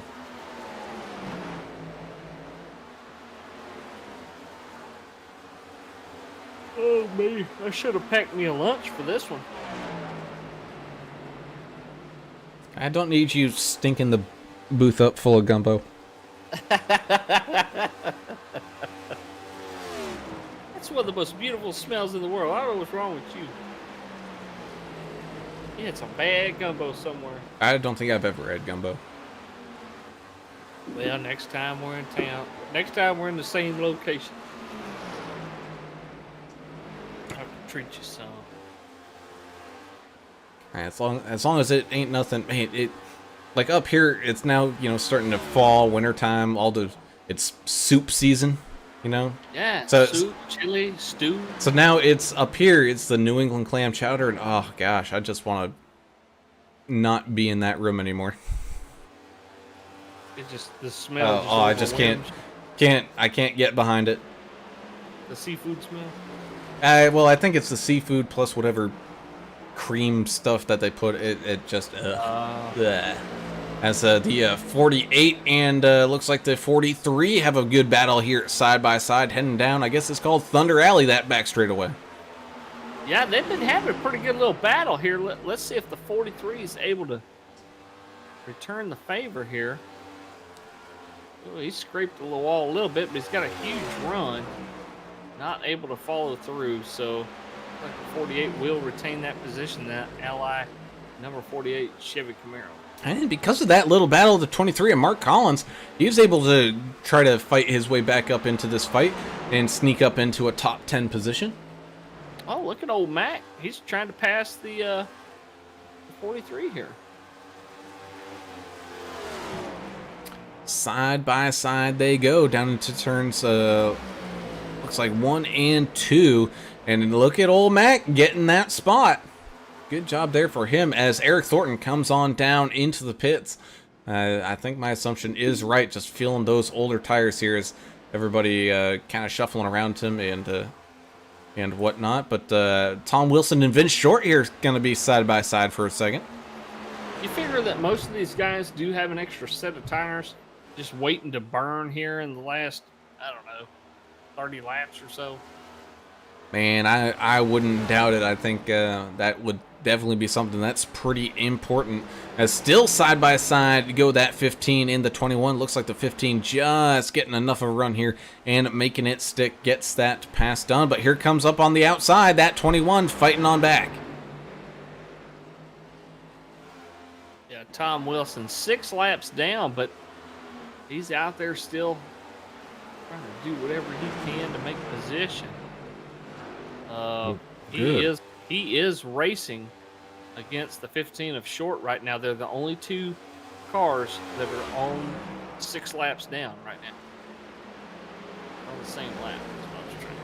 As Dana Shepard got passed here by the 48, and now the 23 coming on through as the 44 snags that outside wall just a little bit. So movement starting to happen here. Lap 169. Nice. Yeah, the 44 Dana Shepard kind of starting this race behind the 8 ball with a huge penalty. It's being scored down 1 lap down right now. It's still a solid top 10 performance so far for the 44 Dana Shepard. I might have given up at this point. This is a tough track, tough race. I would have been in bed, yeah. Yeah, some of these guys have already gone to bed, I'm sure. Disconnections at a minimum, though, here. These guys really sticking with the racing tonight. Still got 15 guys out here.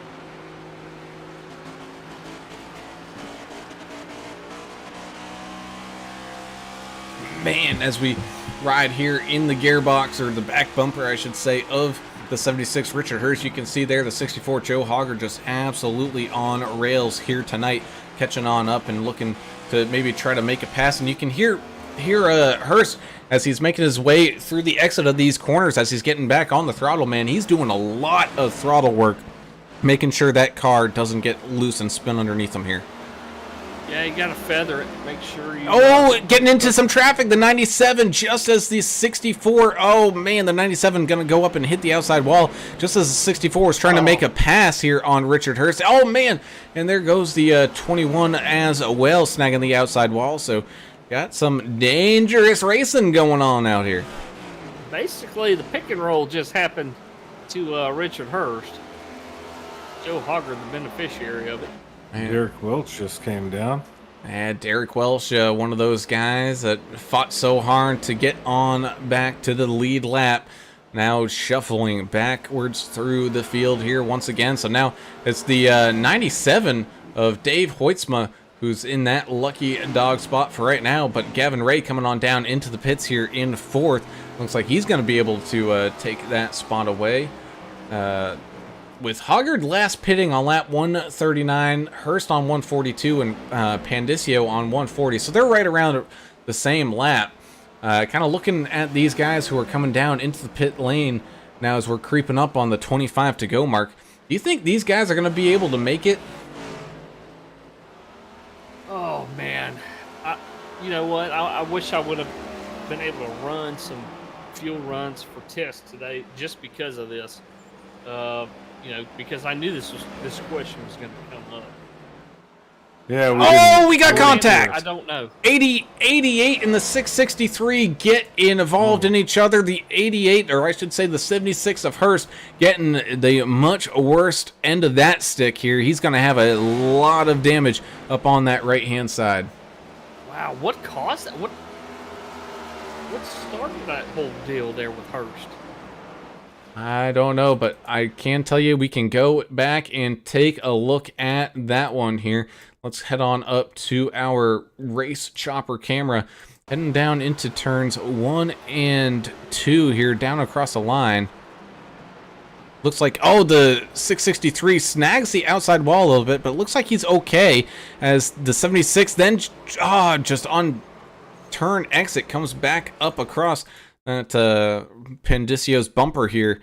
Maybe getting the clear sign from the crew chief when he quite wasn't. And, man, yeah, that Richard Hurst getting tagged hard here. Yeah, bad call on the spotter there. Well, no caution, so keep plugging along. So Hurst will still stay on the lead lap for now. Even with the damage, he's still fairly quick. Only 8 seconds or so off the leader last time they crossed the line. So, As we got people with some newer sets of tires coming on down for that final set that you said they were saving their Turner. Eric Thornton hustling on through past the 97 and the 44, creeping back up here to a top 5. Right now, the 48 of Zeth Hawley, though, hanging on to that lucky dog spot if we do see a caution. Behind the 64 of Joe Hoggard, though, you got the 44 and the 97 going to be having a nice little tussle here, and they're catching on up to that 23 of Mark Collins, who's having a good little battle here. And here comes that 22 of Eric Thornton as well.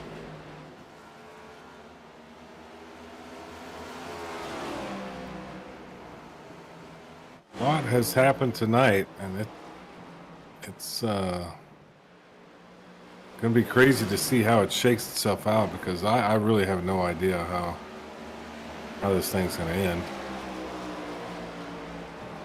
I'm sure English has no idea as well. no, I don't know. Ooh, I mean, we got 3 cars on the lead lap. This is Double O Joe doing some lawn mowing there down the front little front stretch, and able to rejoin the track, keeping it all straight and kind of steady.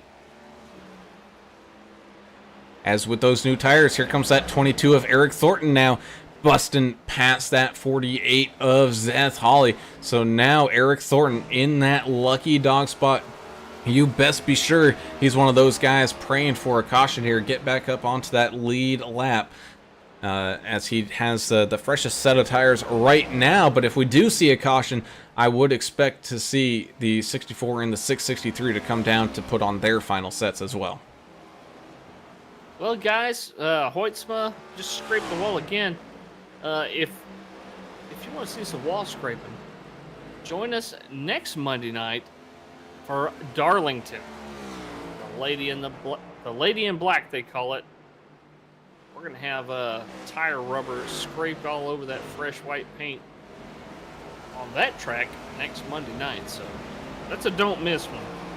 It's one of the crown jewel races. You got to watch Darlington. Which one is that one? Is that the one that's shaped like a paper clip, or Like is an that egg. Like a, an you know, egg? you got, Okay. you got two wide sets of turns and two real narrow ones. So Sweet.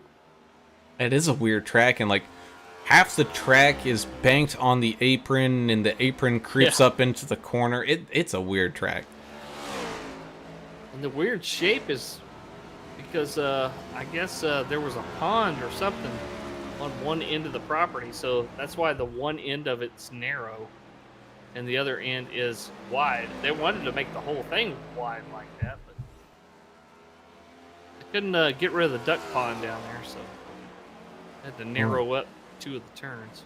No, we need more ducks. You know, I mean, we don't have enough. Sure.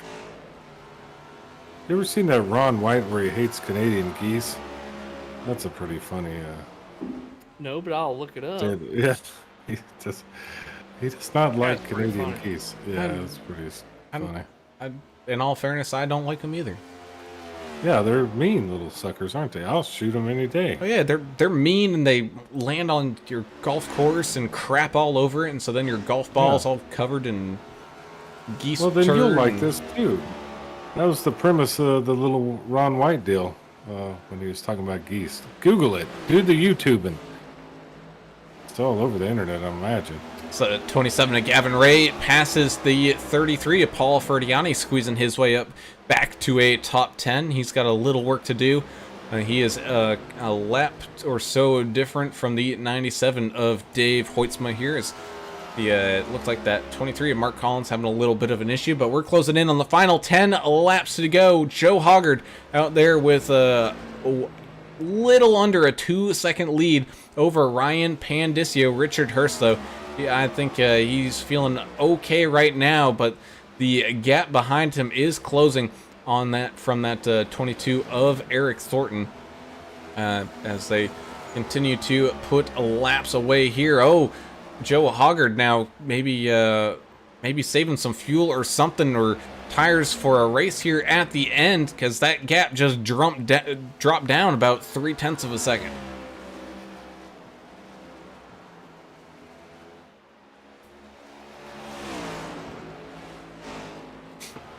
Where's the fast forward button on this race? I've been trying to hit it all night, and everything locks up on it. I Well, tried. I tell You you what, find these it, guys let me know. are putting on a heck of a show up here. Eric Thornton side by side with the 64 now.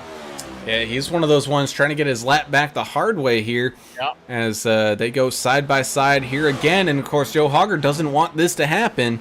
He just wants that 22 to get on out there and break free, because he's got Ryan Pandisio starting to creep on up that gap here once again with 9 laps left to go. So here we go. The race is on. 1 second differential here between Pandisio and Hoggard, and still closing.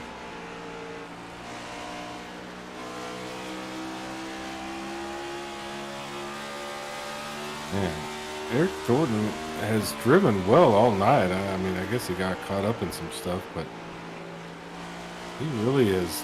I don't know, is he burning the tires off early? I'm not sure, but he looks super fast out there. He's quick. He's just on a little bit. He's got a staggered strategy, I think. Whoa, 21, almost up into the 64. A delayed warning from his spotter. As the race up at the front continues on here, 7 laps now to go. Will Ryan have enough tires here to try to make that pass on the 64 of Hoggard? We know passing is a little difficult here, especially once when those tires start to wear out. So even if he does get up to that 64, will he have enough to get around him here? Now 6 laps to go as they come back across the line. The gap sitting around half a second. Kevin Delia as well having a pretty good battle here with that 44 of Dana Shepard. That one's going to come on down to the wire to finish up as well.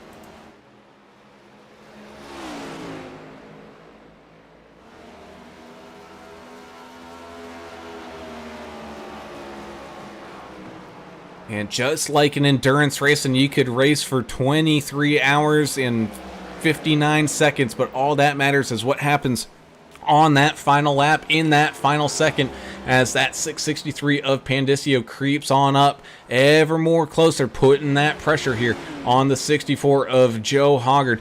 Dana Shepard and Kevin Delia, the 44 and the 43, go side by side here as they make their way through turns 1 and 2, and it looks like Kevin Delia getting that spot here with 4 laps now left remaining. 0.3 seconds. You best be sure that 64 machine can absolutely see that 663 in his rear view mirror now as they're coming up on some lap traffic here. The 33 of Paul Ferdiani, he's just going to stay down here on the apron and let these guys fly on by and race for the race win, creeping up ever more closer. Another 10th gained here from that 663 of Ryan Pandisio. 3 laps to go now. He knows what time it is, don't he? Go time, boys.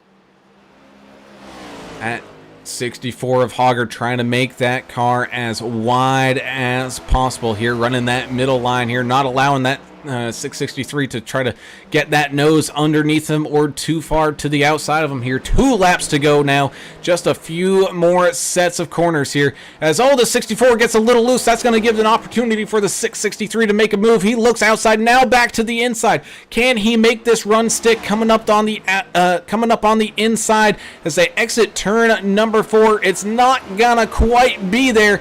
Now it is, coming with a full head of steam. Are they gonna go side by side? No. The 64 still hanging on to that top spot here. Final lap of this race, heading on down this back straightaway.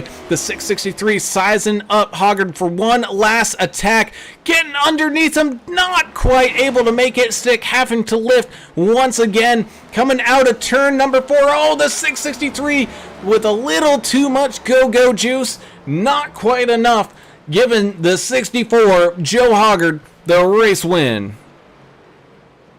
He was trying to do it clean. Yeah, he was doing it clean. He wasn't trying to.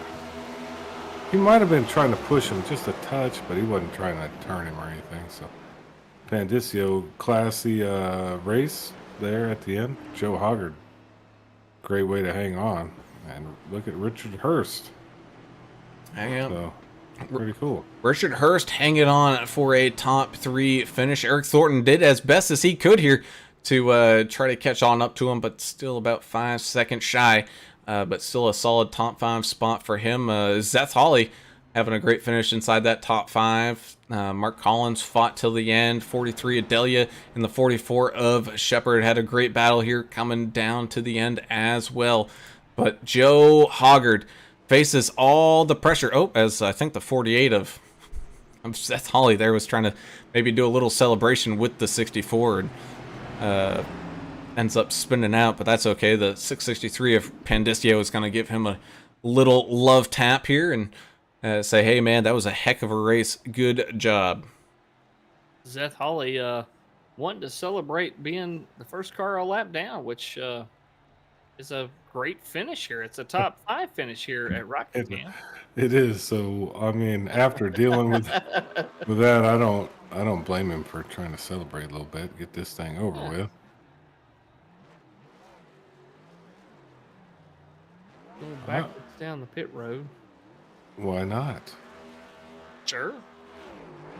It's Monday night. Let's try to have some fun. That's what we were trying to do tonight. Didn't always work out. See, 64 of Joe Hoggard celebrates tonight's race win, doing some burnouts on that start-finish line and moving on over to victory lane, having one heck of a race here tonight.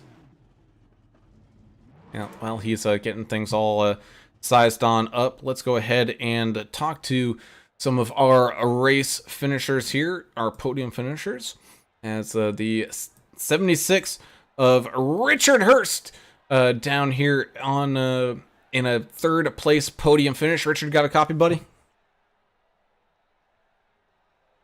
Yes, sir, I do. Man, you did all you could. You had some pit strategy. You got even a really good start there on that last caution restart, but just kind of trailing towards the end here. Hanging on for a solid 3rd place finish though. But this race definitely looked like it was gonna be a long one and a rough one for most of the guys out here.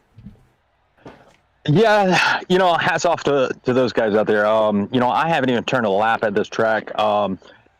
Ever, not in this car, not in any car. And, that caution, I stayed out as long as possible. That was my strategy. I was going to try to stretch out the fuel, and, I stretched it out. I had 2 laps of fuel left, and the caution comes out, and I'm like, oh my God, I'm in first place. So that caution really is what did that. I feel bad. I think it was Paul that brought out that caution. He was really courteous, when we were racing around him. I think we actually made a little bit of contact, so sorry about that. But it was a really good race. But I was not expecting a podium finish. Hats off to Hoggart and Pandicio. They had some fast cars. They tracked me down like like there was no tomorrow.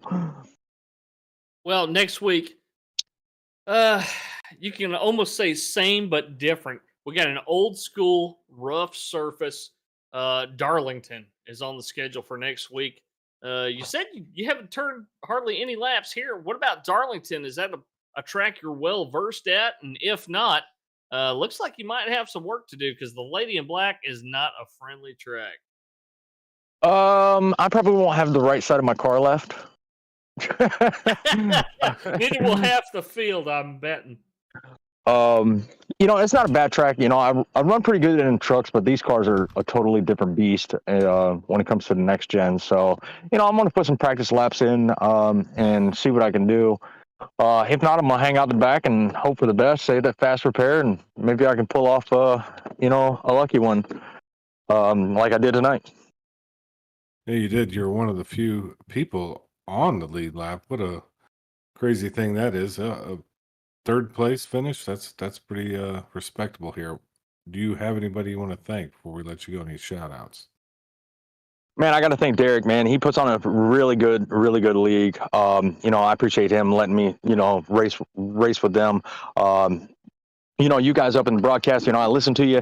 I heard y'all, I hear y'all calling out my number, and all of a sudden I hit the wall. So that's commentator curse.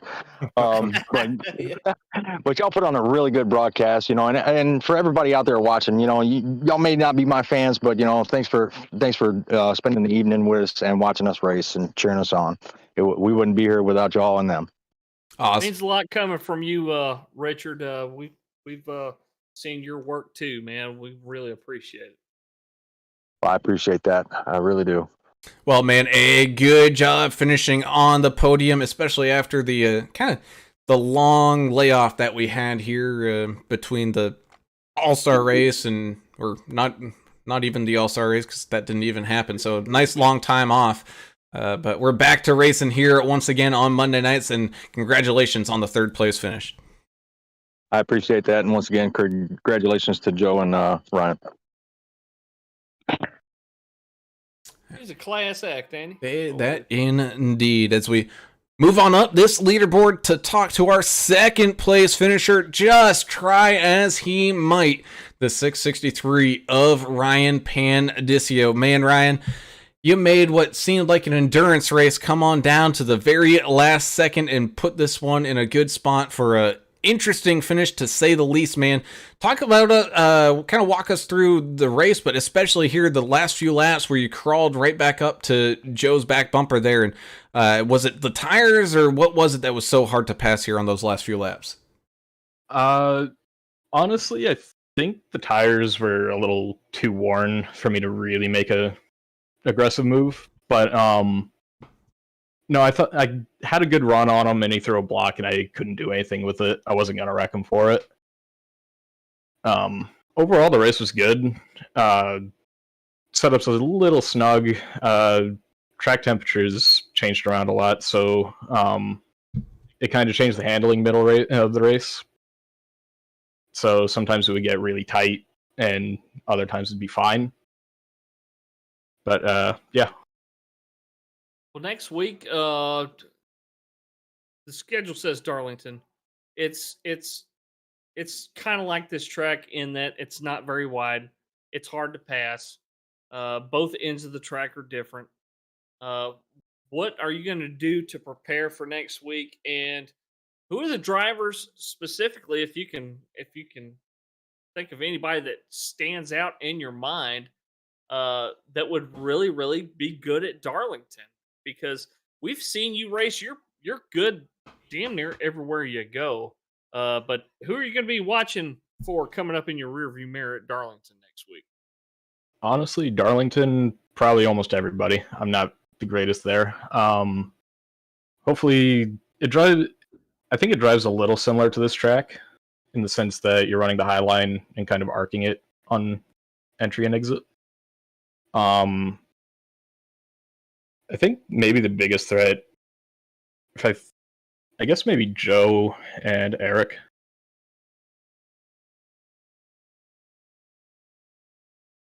Well, I mean, you were the threat tonight, and I really did like how you.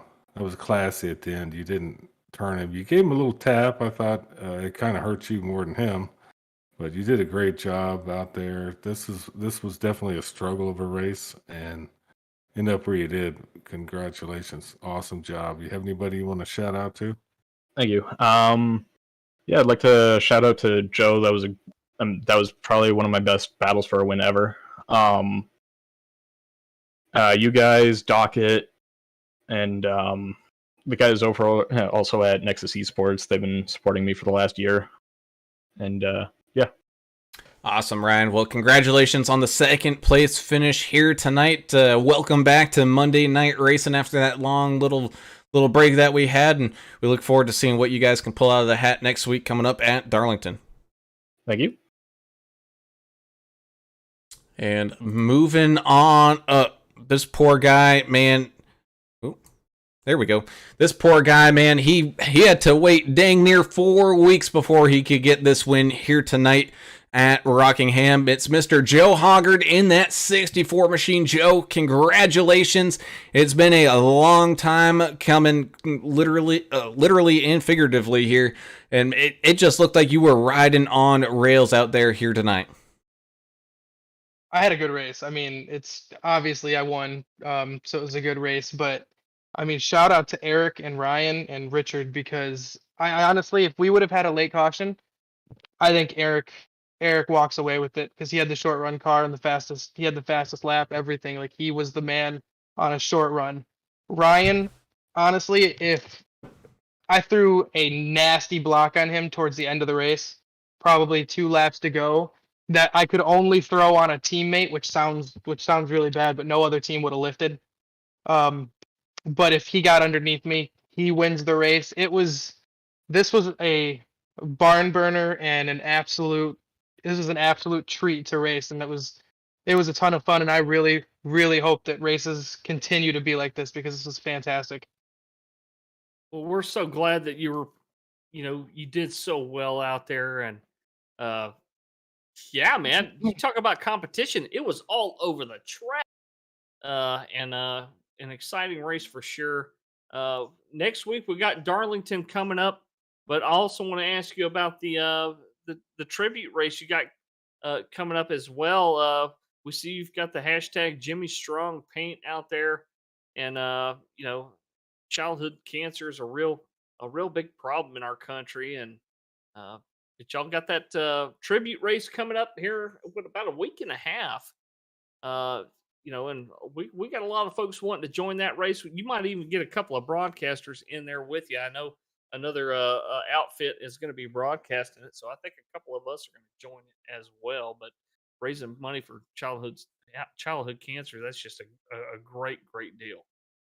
Well, first and foremost, Dan from DEP, my heart goes out to him. My condolences to him and his family. It's really sad situation what's happened, and there's not much really that I can say to make anything better.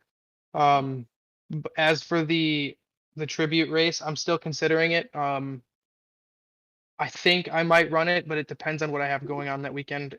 I don't think there's anything going on, and if there's nothing going on, I'm definitely going to run it. Because I think that's just going to be a fun way to raise money for him and his family, just for whatever it is that they need the money for. Because like I said, that's a really, really difficult situation that they're going for, and I really feel for them. Yeah, that's for sure. But tonight you took it home strong all night. There was some crazy stuff that happened. Long, long race. I'm sure you're ready to get out of the headset and kind of celebrate. So congratulations. And do you have anybody you'd like to give a shout out to? Yeah, I would first like to say thanks to DEP for um, sponsoring me in the series, and then my teammates. I also want to say thanks to Yellow Stripe Motorsports, my main team. Honestly, I've my most of my skill sets coming from running and working with them. And then again, you guys, uh, I enjoy watching back the broadcast every single race just to see how it went, see it from a different perspective, and hear what other people thought. So I appreciate that. And then thanks to everybody putting on NTRL. Awesome, Joe. Well, congratulations. Go celebrate this race win either with a drink or with a nap. I know it was a long one, man. Congratulations, and we look forward to seeing you guys race again here next week at Darlington. Thank you. And so with that, the race in action here from Rockingham comes to a close. And boys, I think that that key to the race here of expect the unexpected, it definitely showed up here tonight. Yeah, it did. 4 cars finished on the lead lap. We didn't really expect that. That was unexpected. But also unexpected was all the close action we saw out there. We saw a lot of passing and stuff going on under green, and we saw some guys pitting under green. I wouldn't have thought we'd see that at a short track, but we definitely saw it here tonight. So once the early cautions kind of got out of the way, these guys were able to get out there and stretch their legs and have a lot of fun out there racing each other under the green flag. Yeah, it was fun. I'm a little terrified these guys actually watch this and listen to what's going on. So hopefully we didn't disappointed tonight. make anybody mad. We're all doing this in fun, so I hope y'all enjoyed it. Indeed. Well, while we wind things down here, let's go ahead and tell everybody where their favorite driver finished up here tonight. 64 of Joe Hoggard gets the race win, with the 663 of Ryan Pandisio coming in a very close second. 76 of Richard Hurst fought and found his way to a podium here in third, with the 22 of Eric Thornton. Man, he fought as well, finishing in fourth. 48 of Zeth Hawley had a solid race in finishing in fifth, with the 23 of Mark Collins, your biggest mover of the race here tonight, up 10 spots to finish in sixth. 43, Kevin Delia was having a great battle there all race long, finishing in seventh. The 44, Dana Shepard as well, having a pretty good race there himself, finishing in eighth.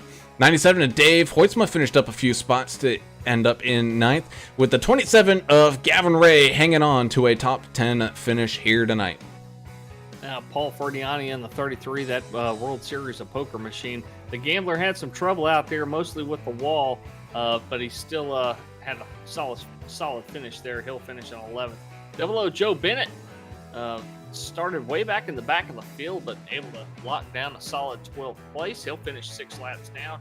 Vincent Short, some run-ins out there. He started up in the top 5. He'll finish in 13th place. Tom G. Wilson in the 21. That Busch Light truck, or a Busch Light car rather, with some damage out there. He'll finish in 14th place. 15th will go to the number 1 of Derek Welch, 29 laps down. 55 of Tom Barish, down a little over 100 laps there. He'll finish in 16th. Looks like your biggest mover of the races went in the wrong direction. Sad to see Chris Muth Jr. get wrecked out so early.